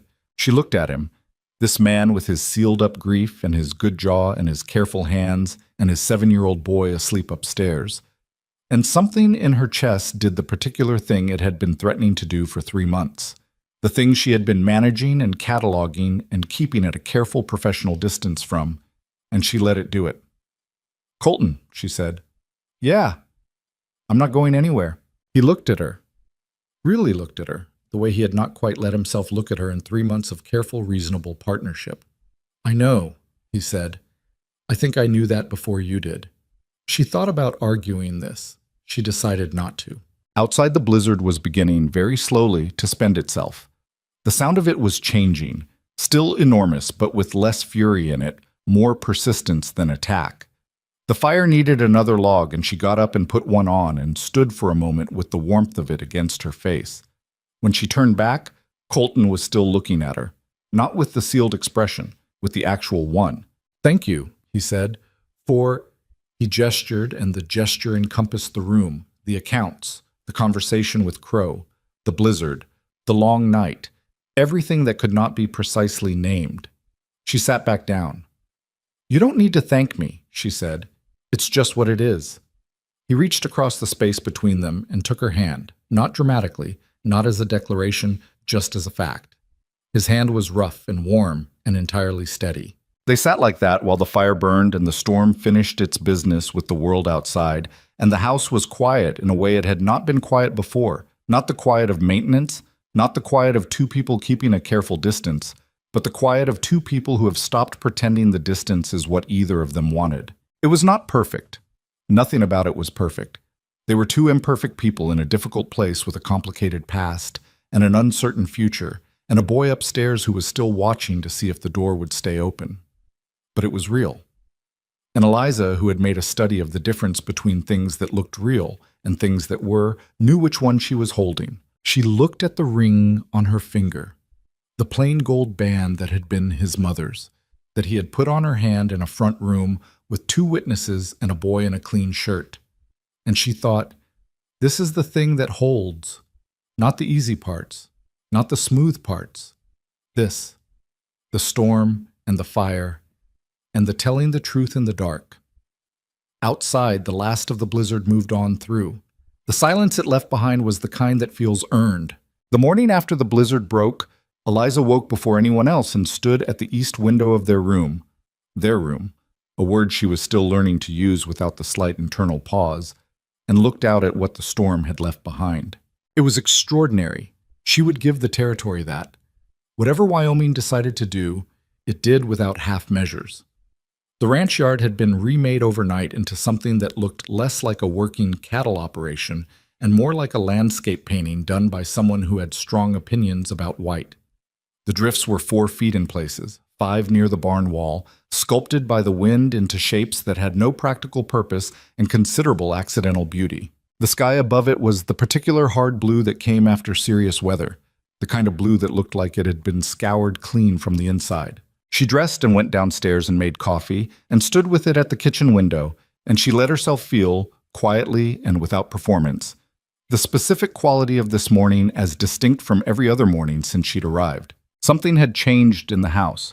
Not dramatically, nothing broke open, no declarations were made, no great shift announced itself. But the sealed quality was gone. The door that had been closed from the inside was open now, not flung wide, but open. The way doors open when someone decides to leave them that way, rather than letting them swing shut by habit.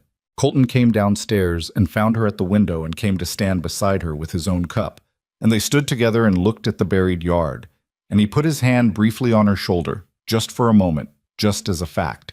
And then they both went about the business of digging out, because the ranch did not stop needing attention because the people running it had experienced something important the night before.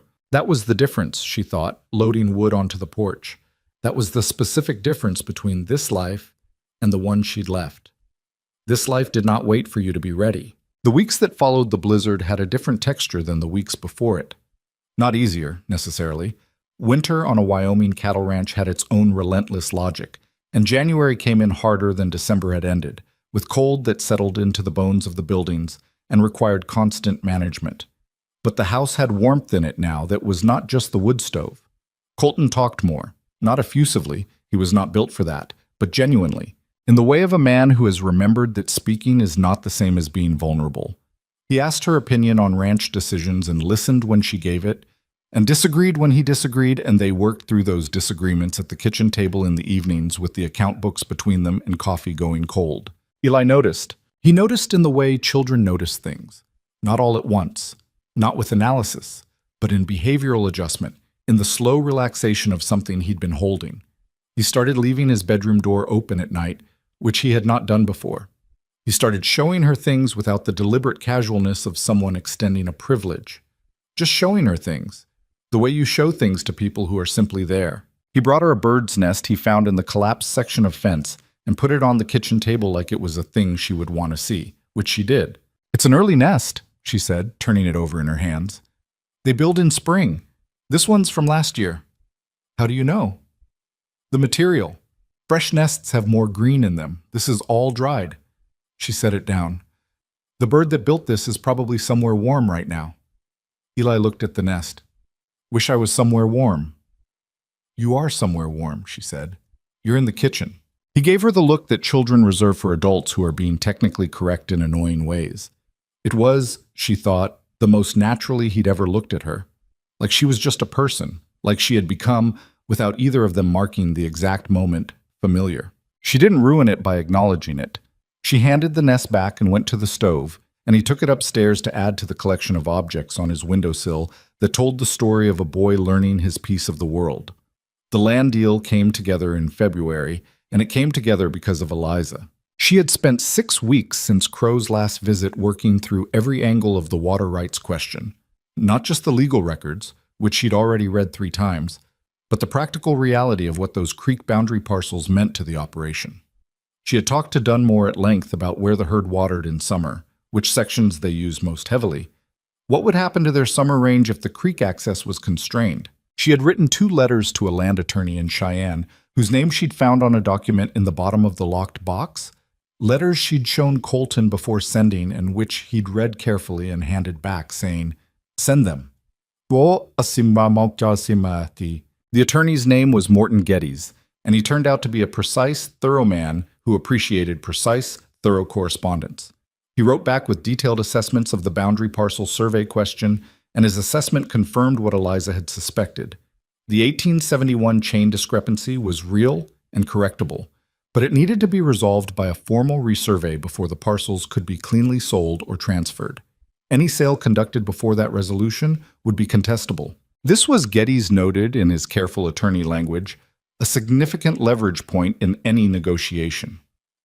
Eliza had read that letter 4 times and then sat down and drafted the strategy she presented to Colton on a Sunday evening in early February with the snow still heavy on the ground and the fire well stoked and Eli in bed. "Crow wants the parcels," she said, "because they're the water rights leverage, but he can't take clean possession without the resurvey. We can use that." Colton was reading through her notes, which she had organized in the clear, categorical way she organized everything. "You want to offer him a counter." "I want to offer him a choice," she said. "He can wait for us to resolve the survey, on our timeline, and then negotiate a proper price with full legal standing. Or we can negotiate a long-term water access agreement that gives his grazing operations what he actually needs without transferring the underlying land." Colton looked up. "He won't want a lease. He wants ownership." "He wants what ownership gives him," she said. "That's the water access in summer. A properly structured lease gives him that, and it gives us an income stream and retained ownership of the parcels." She paused. "The question is whether he's patient enough to negotiate seriously, or whether he'll try to push." "He'll try to push first," Colton said without hesitation. "Yes," she agreed. "So we need to be ready for the push."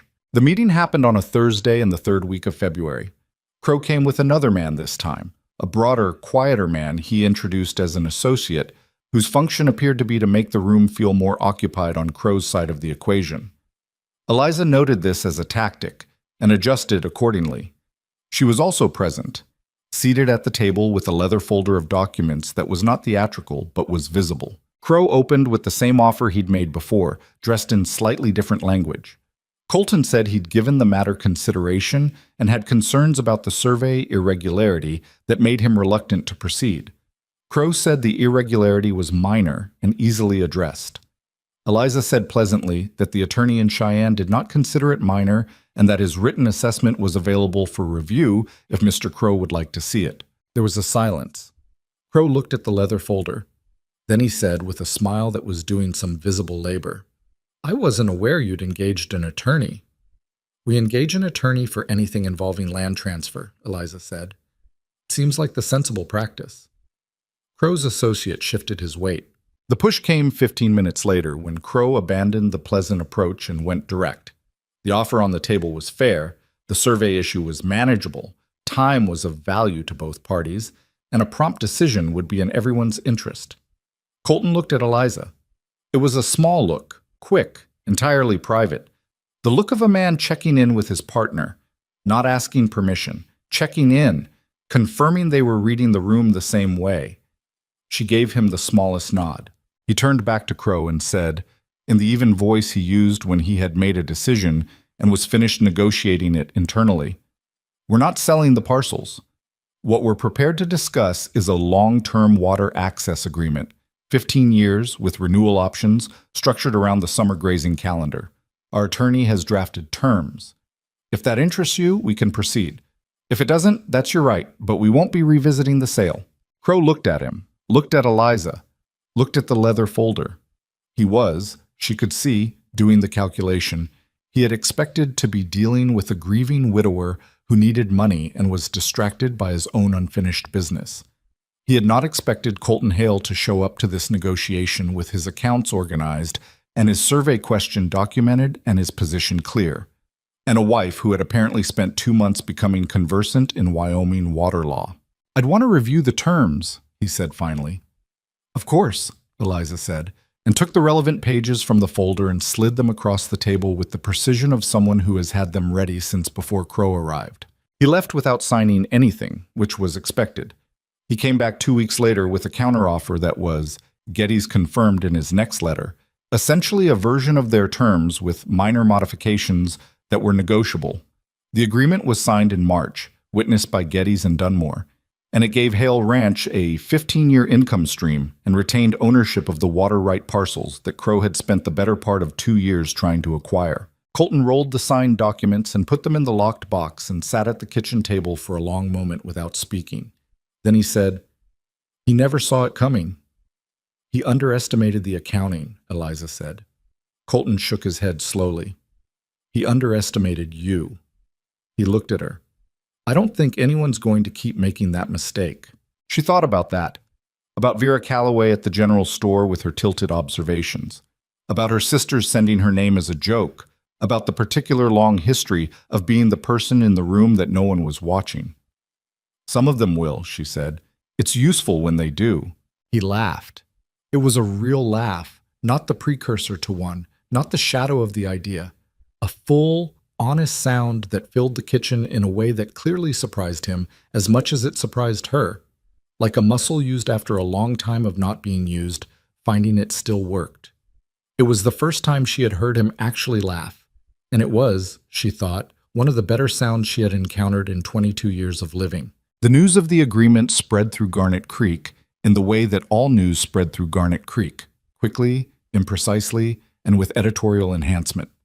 What reached Eliza in the general store 3 weeks later was a version of events that was broadly accurate in its facts and somewhat confused in its attribution. Several people having concluded that Colton had found himself a very sharp attorney without quite grasping that the sharp part had been sitting at his kitchen table since October. She let this stand.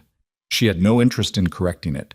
The outcome was what mattered, not the credit, and she had never in her life done useful things in order to be seen doing them. What she had not entirely anticipated was Vera Calloway. The woman was at the general store counter when Eliza came in for supplies on a Tuesday morning in late March. There was a moment, brief, the length of a breath, where they looked at each other across the store in the way of two people who have been circling an honest conversation for months. Then Vera Calloway said, in a voice that had lost most of its careful tilt, "I hear you held Silas Crow off the creek parcels." "We came to an agreement that worked for the ranch," Eliza said. Vera looked at her for a long moment. The assessment in her eyes was different this time. Less evaluative, more something that resembled reluctant recalibration. Silas Crow has been trying to acquire pieces of this county for 10 years, Vera said. He got 3 parcels off the Hannigan family last year after their oldest boy took sick and they needed cash. Paid half market rate. She paused. Most people can't negotiate with him. He's patient, and he doesn't look like what he is. He's exactly what he looks like, Eliza said. If you're looking at his hands instead of his face. Vera Calloway considered this. Then she said something that Eliza suspected cost her some genuine internal effort. I misjudged you when you came. Eliza set her list on the counter. People usually do, she said, without heat. I've mostly stopped minding. It was not a friendship, not then, but it was an acknowledgement, and in a small community built on the currency of opinion, an acknowledgement from Vera Calloway was worth considerably more than it had any right to be. By April, when Eliza went to town, people spoke to her differently. Not with warmth, not all of them, but with the specific respect reserved for someone who has demonstrated competence in a context that required it. The ranch hands had felt this shift earlier.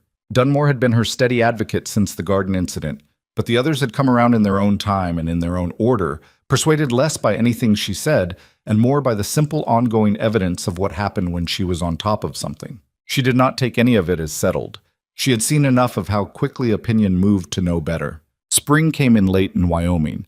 Arrived without apology or announcement sometime in April, the snow retreating gradually from the lower elevations while holding on above, the ground asserting itself in patches of wet brown that became green over the course of 2 slow weeks. The kitchen garden, which she had mulched and amended and prepared through the fall, came up with considerably more determination than it had shown the previous summer. She found Eli crouched at the garden edge one morning, watching a row of early shoots with the focused attention of someone monitoring a situation. Are they doing it right? She asked, crouching beside him. They're crooked, he said, concerned. They'll straighten when they have more sun. They're reaching for it. He looked at the shoots, then at the sky, then at the shoots again. That's what you do when something's hard to get, he said. You just keep going toward it.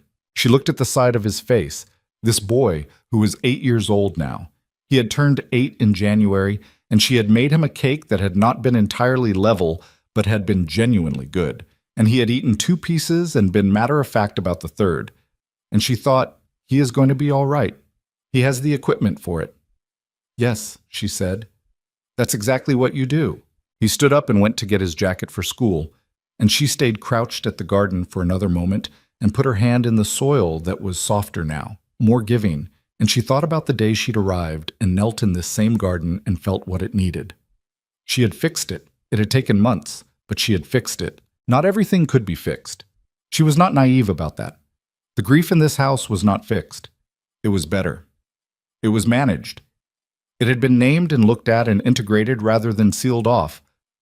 But Clara was still gone and would always be gone, and that was a real thing that had not changed. The distance between herself and Colton was not fully closed. There were still evenings when he retreated somewhere she couldn't follow, and she had the sense to let him. And there were still things he carried that she could feel but couldn't reach. They were 2 people who had come to each other sideways and were still learning the language of it. But the house had music in it now. That was the most concrete change, and she had not manufactured it or planned it. It had happened in February, on a Sunday evening when there was nothing requiring urgent attention, and Eli had found, in the back of the chest in the sitting room, a fiddle that had been put away at some point and not taken out again. He had brought it to Eliza with the question of what it was, and she had taken it and looked it over and found it was still in reasonable condition. And then she had played it, badly at first and then less badly. The muscle memory of a thing she had learned at 12 years old coming back in fragments that gradually assembled themselves. Eli had stared at her. You play? I used to, she said. I'm out of practice. She played anyway. A simple thing. A song she'd known since childhood, not performed well. There were missed notes, and one section she had to stop and restart, but played honestly, which was better than performed well. Colton had stood in the doorway of the sitting room, and she hadn't seen him there until she finished and looked up and found him watching with that expression she had come to recognize. The one that meant something was reaching him past the wall he kept up. He didn't say anything, but the next evening he had brought the fiddle down from where Eli had left it on the shelf. and he had oiled it properly and replaced a string that was failing, and he had set it in the sitting room rather than putting it back in the chest. It stayed there. She played it in the evening sometimes.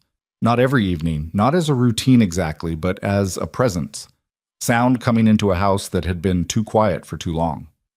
Eli had decided he wanted to learn, which was an enterprise of considerable patience on both their parts, and remarkable determination on his, and the sounds he produced in his practice sessions were genuinely alarming. But there was something in his face while he was doing it that she would not have traded for anything. There was one evening in late April.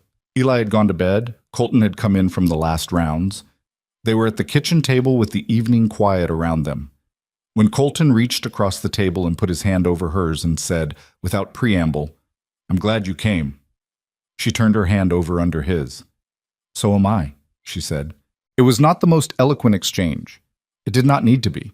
It was two people saying a real thing directly, which was the language they had built between them, and it was sufficient. What she said next, she said because she had been carrying it, and because the particular quiet of that evening made it the right time. "I'm going to have a baby." The kitchen was very still. She watched his face, watched the sequence of things that moved through it. First, the plain surprise of it. Then something that went deeper than surprise, something she had to read carefully because it was complicated. She could see the happiness in it, genuine happiness. And she could also see the fear arriving alongside the happiness the way it always did for him now when something mattered, the fear that things that matter get taken. His hand tightened on hers. "Eliza," he said, and stopped. "I know," she said. She did know. She knew what he was feeling without him having to construct it into sentences. He said after a moment, in a voice that was careful and deliberate and costing him something to keep level, "Are you—" "I'm well," she said. "I've been well. I'll stay well." She looked at him steadily. "I am not Clara. I am not going to be taken from you the same way. I know you can't be certain of that. I know the fear is not something I can simply talk you out of." She paused. "But I need you to hear me when I say I'm going to be all right. I intend to be. And I need you to hold on to that alongside the fear instead of letting the fear take the whole room." He looked at her for a long time. His eyes were very bright. "I hear you," he said. "Good," she said. His thumb moved over her hand back and forth once, twice. The kitchen was quiet. Outside, the April night was cold but not bitter, the worst of the winter finally behind them. "Eli's going to be something about this," Colton said after a while. And the way he said it, the slight note in his voice, the almost lightness of it, told her that he was choosing, deliberately and with effort, to let the happiness occupy the space alongside the fear rather than be crowded out by it. "He's going to have opinions," she agreed. "He always has opinions. He comes by it honestly," she said. This time Colton's mouth moved into the full smile, the real one that she had been seeing more of since December, the one that changed his whole face into something that was almost boyish and entirely genuine. "That," he said, "is not entirely my fault." She laughed. He laughed. The sound of it went up into the rafters of the kitchen, and the house held it, and outside the Wyoming night did what Wyoming nights did, went on enormous and cold and ancient and entirely unimpressed. And inside the lamp burned, and the fire was warm, and the fiddle sat on its shelf in the sitting room waiting for tomorrow. This was not a perfect life. She knew that, and she did not want a perfect life. She had enough sense to know that perfect things were brittle, that they had no tensile strength, that they shattered the first time real weight was put on them. What this was real. What this was hers. Built out of a cruel joke and a letter, and a long train ride and 3 months of careful, honest work, and a blizzard, and a land deal, and a boy learning the violin badly, and a man learning, slowly and imperfectly, to keep a door open. She looked around this kitchen, at the clean windows and the organized shelves, and the ledger on the desk, and the fiddle on the shelf visible through the doorway. And she thought of the farm in Missouri, of the account books that no one thanked her for, of the sister who had written her name as a punchline on a piece of paper and sent it into the world without expecting anything to come of it. Something had come of it. Something she could not have planned and would not trade, hard parts included, for anything the forgettable Missouri life could have offered her. She was 22 years old, and she had become, without intending to and without ceremony, exactly who she was. It was, she thought, more than enough. It was, in fact, everything. Summer came to Wyoming the way it always did, without asking permission, arriving fully formed one morning as though it had been there all along and you had simply failed to notice. The snow retreated to the highest elevations and stayed there, a white edge against the blue, and the ranch opened up again the way a fist opens, gradual, and then all at once. Eliza was 7 months along by June, which was a fact that the territory made no accommodations for, and which she had not expected accommodations for. She moved differently, carefully, with the deliberate awareness of someone carrying something irreplaceable. But she moved. She kept the accounts. She managed the household. She made the ride to Garnet Creek in the wagon once a week with Eli beside her on the bench seat, which was his self-appointed position since February, when he had processed the news about the baby through 3 days of unusual quiet and emerged from it having apparently decided that the correct response was vigilance. He was vigilant. He was 8 years old and entirely serious about it. "You shouldn't carry that," he told her one morning when she lifted a crate of preserving jars from the pantry shelf. "It's not heavy," she said. "Papa said—" "Your father said I should be careful, not that I should stop using my arms." She set the crate down on the counter. "There's a difference. Come help me with these instead of watching me carry them." He came and helped with the jars, grumbling in the way he had inherited from his father, not loudly, not dramatically, just a low current of discontent that he felt was being registered in the official record, even if no one was acting on it. She had learned, across 8 months of knowing this boy, that the grumbling meant he was invested. Eli Hale did not bother to grumble about things he didn't care about. Colton was the harder case. She had told him the truth in April, that she needed him to hold the fear alongside the happiness rather than letting it take the whole room. And he was doing it, which she respected, because she knew what it cost him. She could see the cost sometimes. On the days when she was tired and moved slowly, on the evenings when she mentioned something uncomfortable about the pregnancy, she would watch him go still in that particular way and then deliberately, visibly, bring himself back. It was not graceful. It was not the behavior of a man who had resolved his fear and moved beyond it. It was the behavior of a man who was afraid and had decided that the fear was not going to run his life anymore. And those were not the same thing. And the second one was considerably harder and considerably more honest. She loved him for it.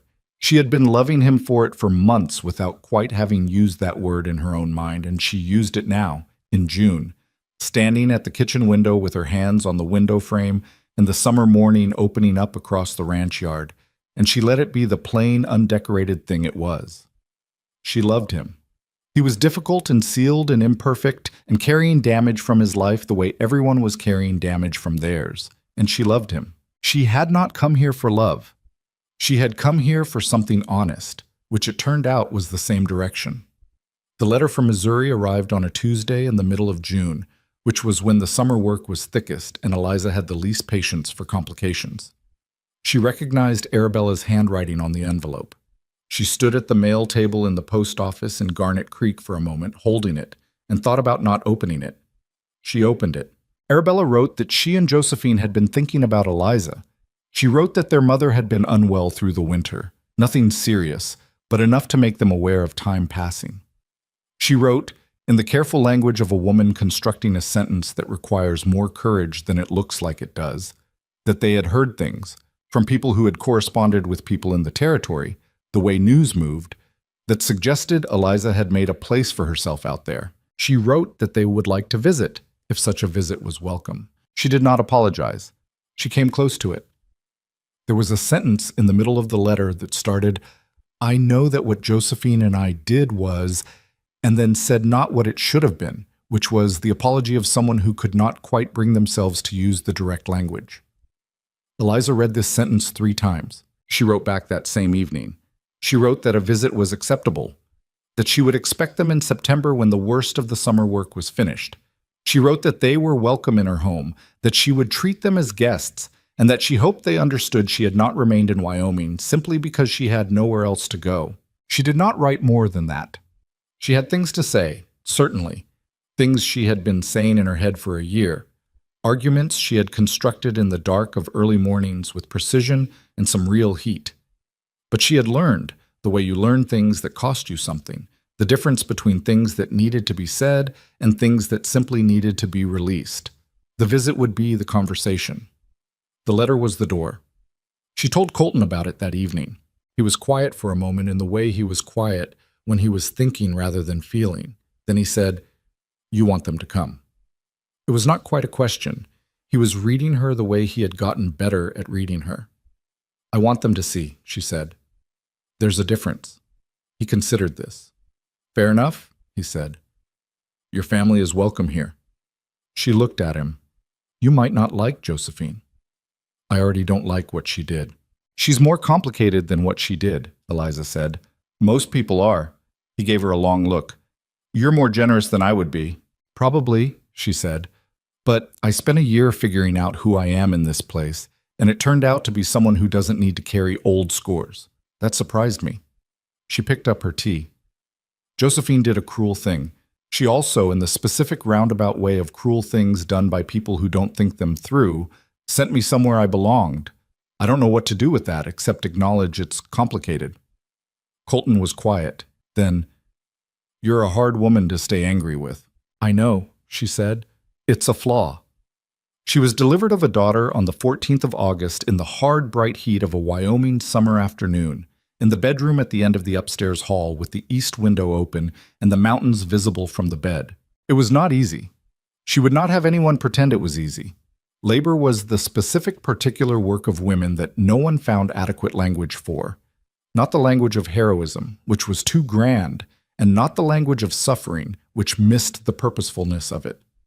It was hard work done under pressure with a clear objective, which was the most honest description she could manage, and she held on to that description during the parts of it that required holding on to something. The doctor from Garnet Creek, a compact, capable woman named Dr. Frances Oakes, who had been practicing in the territory for 12 years, and who had delivered approximately 400 babies with the methodical competence of someone who has done something enough times to have seen almost every variation, was present and in charge, which was exactly how Eliza wanted it.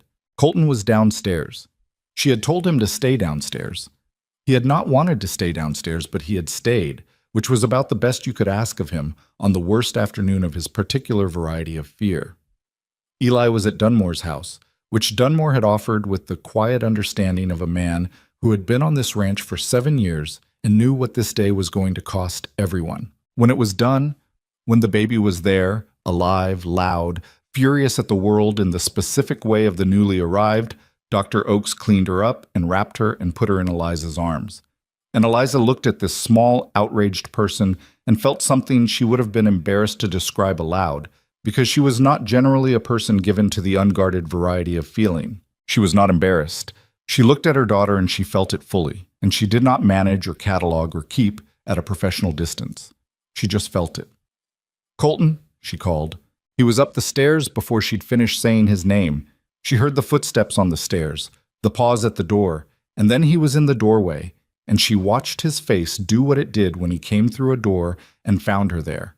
The brief, involuntary relief of a man who has been afraid and found the thing he was afraid of losing still present. Then he saw the baby, and his face did something different. It broke. Not in the way of breaking down, not weeping, not falling apart, nothing so theatrical, but in the way of something that has been held at a certain tension for a long time finally releasing, like a rope unknotting, like a window opened after a winter. He came to the bed and she held the baby up, and he took her, not confidently at first. His hands were careful in the way of someone afraid of breaking something, and then more steadily as the baby settled against his chest with the pragmatic comfort of a small person who has decided this will do. He looked at his daughter for a long time without speaking. Then he looked at Eliza, and what was in his eyes she had no name for except that it was real, and it was his, and it was entirely without performance. "She's all right," he said, which was not about the baby. "She's all right," Eliza confirmed, which was also not entirely about the baby. "We both are." He sat on the edge of the bed with the baby in his arms, and Dr. Oakes gathered her things with the quiet efficiency of a woman who has learned how to leave a room when a room needs to be a room. And the August afternoon came through the east window with the mountains behind it, and the three of them were there. The fear was not gone. She could feel that it was not entirely gone. It was too deep for one afternoon to uproot entirely. That fear. It had been 3 years in the building, and it would be some time in the going. But it was different now. It had been sat on by something larger. There was a daughter in the room and a wife who was all right and a window open onto August in Wyoming, and those things were more present than the fear. That was enough. That was, in fact, considerably more than enough. They named her Ruth, which was Eliza's maternal grandmother's name, and Colton said it suited her, and Eli came home from Dunmore's and stood at the bedroom door with the expression of someone who has been waiting for intelligence from the front and is processing the information as it arrives. "Is she loud?" he asked. "Very," Eliza said. "Dunmore said babies are loud. Dunmore is right about most things." Eli came closer, slowly, with the dignity of someone who has decided to approach a situation with proper caution. He looked at his sister with the focused attention he gave to things that required understanding. "She's very small," he said. "She'll get bigger," Eliza said. "They do. What do I do with her now?" "Right now, nothing. Later you'll talk to her and show her things, the same way you showed me things when I got here." He looked at Eliza, then at the baby. "Like the horses." "Like the horses," she said. "She'll need someone to teach her." Something moved through Eli's expression. The specific, complicated things she had first seen in a barn in winter when she'd suggested he could teach her to ride. The recognition that he was necessary, that there was a job here that was specifically his. "Okay," he said, with the gravity of someone accepting a commission. "I can do that." Arabella and Josephine arrived in September on a Thursday afternoon, when the summer had turned and the air had that particular fall quality, clear and cold-edged and honest, that Eliza had come to associate with the ranch at its most itself. She heard the wagon from Garnet Creek and went to the porch to meet it, and she saw her sisters come down from it and felt the strange doubled quality of that moment. Seeing people she had known her entire life in a place they had never been, like two images that didn't quite overlap. Arabella looked the way she always looked, beautiful, poised, taking in her surroundings with the attentive expression of someone who is accustomed to commanding rooms and is recalibrating for an outdoor context. She looked at the ranch house, at the yard, at the mountains behind it, and then she looked at Eliza, and for a moment, just a moment, something crossed her face that was not composure, something genuine. "Eliza?" she said. "Arabella," Eliza said. They looked at each other across the yard. Josephine came around the side of the wagon more slowly. She was thinner than Eliza remembered, and something in her face had changed in a year. Not aged exactly, but altered, the sharp quickness of it quieter than it used to be. She looked at Eliza with the expression of someone who has been rehearsing something and has now arrived at the place where they have to actually say it, and is finding the rehearsal insufficient. "You look well," she said. Her voice was careful. "I am well," Eliza said. A pause. The ranch yard was quiet around them. One of the horses moved in the corral. The baby, somewhere inside, made a sound that carried through the front window. Josephine looked at the window. "That's Ruth," Eliza said. "Come inside. I'll introduce you." She did not hug either of them. Not yet. That would come or it wouldn't, and she was not going to force the shape of it before it was ready. She brought them inside and she showed them her home, the clean kitchen and the organized shelves and the fiddle on its shelf in the sitting room and the account ledgers on the desk. And she let all of it be what it was, the visible evidence of a life built rather than inherited. Arabella walked through the sitting room with her hands clasped in front of her and her face doing something complicated. "It's lovely," she said, and she meant it, which Eliza could hear because Arabella was not a woman who bothered to mean things she said for courtesy's sake. "It's really, Eliza, this is really something." "It needed work when I arrived," Eliza said. "Most things do." She did not say this with a point on it. She just said it, which was worse and also better, because it was true and they all knew it was about more than the house. Colton came in from the range that evening and met them with the contained directness that was simply how he was, which Arabella found slightly alarming for about 20 minutes, and then, Eliza observed, genuinely interesting. He shook Josephine's hand with the specific expression of a man who has decided he will be civil because his wife has asked it of him, and not for any other reason, which Josephine received with remarkable composure for someone who deserved considerably worse. Dinner that evening was the most interesting meal the Hale Ranch table had hosted.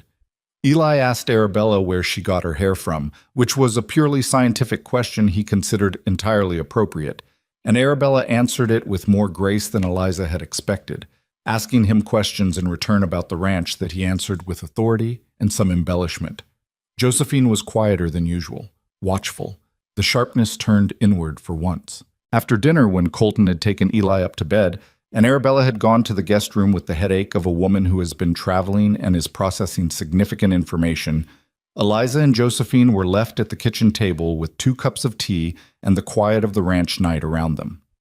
They sat for a while without speaking. It was not an easy silence. It was the silence of 2 people who have something between them that has to be handled and are deciding who goes first. Josephine went first. "I owe you an apology," she said. "A real one, not the kind in the letter." Eliza looked at her. "What I did was cruel," Josephine said. "I knew it was cruel when I did it, and I did it anyway because I wanted—" She stopped. "Because I wanted to feel like I'd done something, like I had power over something. That doesn't explain it. It just—" She shook her head. "It was wrong. You didn't deserve it." Eliza held her cup in both hands and looked at her sister. This person she had known her whole life, who had always been sharper and quicker and more dangerous than kind. And she thought about what to say. She had the speech. She had constructed it over a year, accurate and specific, and with the weight of everything it was owed. She set it down. "I know," she said, "and I know you know. That's enough." Josephine looked at her. "That's it? What else do you want? I'm not going to punish you. You're not going to punish yourself forever either, because that's its own kind of self-indulgence." She set her cup down. "You did a cruel thing, and it sent me somewhere I belonged. I've spent a year deciding what to do with that. What I've decided is that I'm not carrying it. You can carry your part of it however you need to, but I'm not adding mine." Josephine was very still. Her eyes were bright. "You've changed," she said. "I haven't changed," Eliza said. "I've always been exactly this. You just weren't looking." The silence after that was different. After a while, Josephine said quietly, "She would have loved this place. Mama would have hated it, but she would have loved it." "You should tell her that," Eliza said. "Write her a letter about it. Tell her what you see." She looked at her sister. "She never saw me, Joe, but that's not entirely her fault. She was looking somewhere else her whole life. You can tell her to look." Josephine wiped her eye with the back of her wrist in the quick, private way of someone who does not cry in front of people and is not going to start now. "You're going to make me feel worse than the apology did," she said. "Good," Eliza said, and there was enough warmth in it that it wasn't unkind. They stayed at the table until the fire burned down, and it was not a reconciliation exactly. It was something more honest than that. 2 complicated women with a complicated history starting the slow work of building something new on top of the old ground, without pretending the old ground wasn't there. It was enough. It was, for now, more than enough. Her sisters stayed 4 days. On the last morning, Arabella held Ruth in the sitting room with the careful competence of a woman who knows how to hold babies and was doing so with more feeling than she usually allowed herself. She looked down at this niece she had not known existed 4 days ago, and something in her face was unguarded in a way Eliza had not seen before. "She has your eyes," Arabella said. "She has her father's stubborn chin," Eliza said. "She's beautiful. She's loud and she doesn't sleep when I need her to, and she is the best thing I've ever done," Eliza said. "So yes, beautiful." Arabella looked at her sister over the baby. "I didn't see you," she said, simply, directly. Not as apology, they were past apologies, but as acknowledgement. The specific kind that lands differently because it names the exact thing. "I know," Eliza said. "I see you now." "I know that too," Eliza said. "Come back next spring. Eli will have taught Ruth to point at the horses by then, and it'll be more interesting." Arabella laughed. A genuine laugh, not the performed one, the one that was actually hers, and handed the baby back, and that was as much as could be rebuilt in 4 days, which was not nothing. The wagon from Garnet Creek took them away in the early morning, and Eliza stood on the porch and watched it go and felt the particular feeling of something completed. Not resolved in every detail, not made simple, not rewritten into a better story than it had been. Completed. The shape of it finished, even if the relationship inside the shape would continue to be what relationships were: imperfect, ongoing, requiring maintenance. She had Colton beside her on the porch. "Josephine," he said. Not a question exactly. "She's working on it," Eliza said. "Is that enough?" She thought about it honestly. "For now," she said. "People work on things at their own pace. I can't do it for her." He put his arm around her, which he did now with the ease of something that had become habitual without anyone deciding to make it habitual. And they stood and watched the wagon until it was gone around the road bend, and the ranch was just the ranch again. The horses in the corral and the mountains in the distance, and the smoke from the kitchen chimney going straight up into the still fall air. Inside, Eli was feeding Ruth her morning bottle with the focused seriousness of someone who has been entrusted with an important operation and is not going to drop the ball on it. They had worked up to this slowly, Eliza staying close at first, then less close, then present in the kitchen doing other things while Eli managed. He was good at it. He talked to Ruth while he fed her, not baby talk, but the normal running commentary of a 9-year-old informing his sister about the world, which Ruth received with the profound calm of someone who has not yet learned to disagree. Eliza came in and watched from the doorway. "She burped," Eli said with satisfaction. "Good," Eliza said. "That's important." "I know," he said. "I read the chapter." He had in fact read the relevant chapter of the medical guide she kept on the kitchen shelf twice on his own initiative before agreeing to take on the feeding rotation. This was so entirely Eli that she had not commented on it at the time and simply left the book where it was and trusted him to find it. "You're good at this," she told him. He looked up from the baby. The wariness that had been in his eyes when she arrived was entirely gone. Had been gone for months, really. It had left so gradually she hadn't noticed its absence until she thought about its presence, which was how it was supposed to go. "She's easy," he said. "She just wants to eat and be warm." "Most people do," Eliza said, "when you get down to it." He considered this with the expression he used for things he was going to think about later. Then he returned his attention to Ruth, who had something to say about the bottle situation, and the kitchen was full of the ordinary sounds of a morning that was just a morning. The stove, and the baby, and the boy, and the mountains outside the window doing their ancient, indifferent, beautiful thing. Eliza had been in Wyoming territory for 1 year.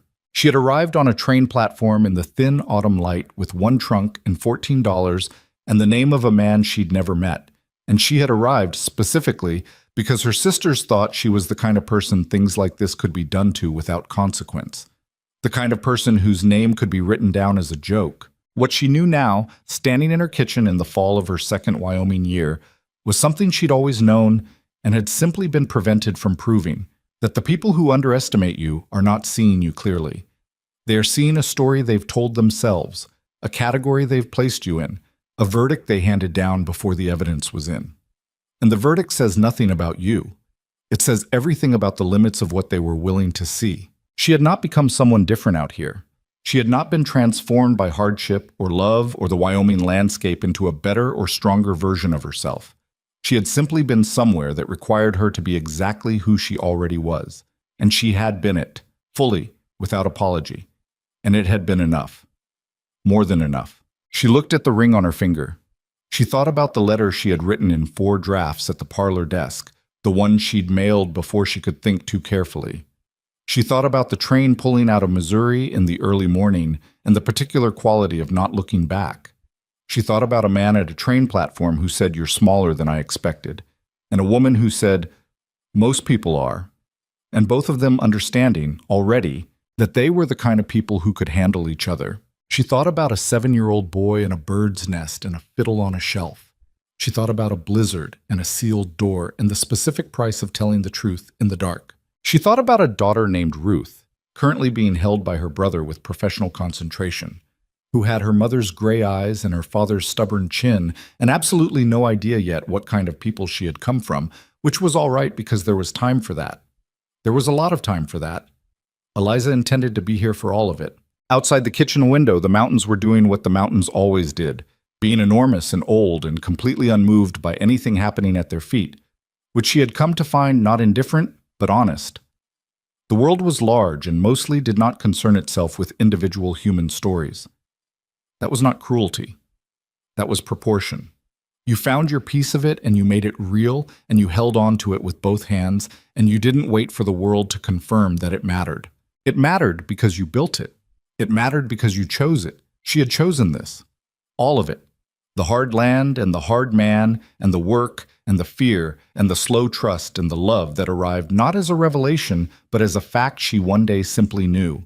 She had been called plain. She had been called overlooked. She had been used as a punchline by people who loved her badly and saw her worse. And she had taken that punchline and she had carried it 2,000 miles west and she had planted it in difficult soil and she had tended it through a hard winter, and what it had grown into was this: a kitchen full of morning light, a daughter, a son who was not hers by blood and was entirely hers by everything that mattered, a husband who was learning every day to keep a door open, a ranch that ran well and would keep running, and a life that fit her, finally, the way things fit when they've been made rather than inherited. The forgotten daughter had become the cornerstone, not because anyone had finally seen her, because she had never stopped being worth seeing. That was the thing, in the end. That was the whole of it. Not that the world had changed its mind about her, not that she had earned some final approval that justified all the years of being overlooked. The world did not owe her that recognition, and she did not need it. What she needed, she had found.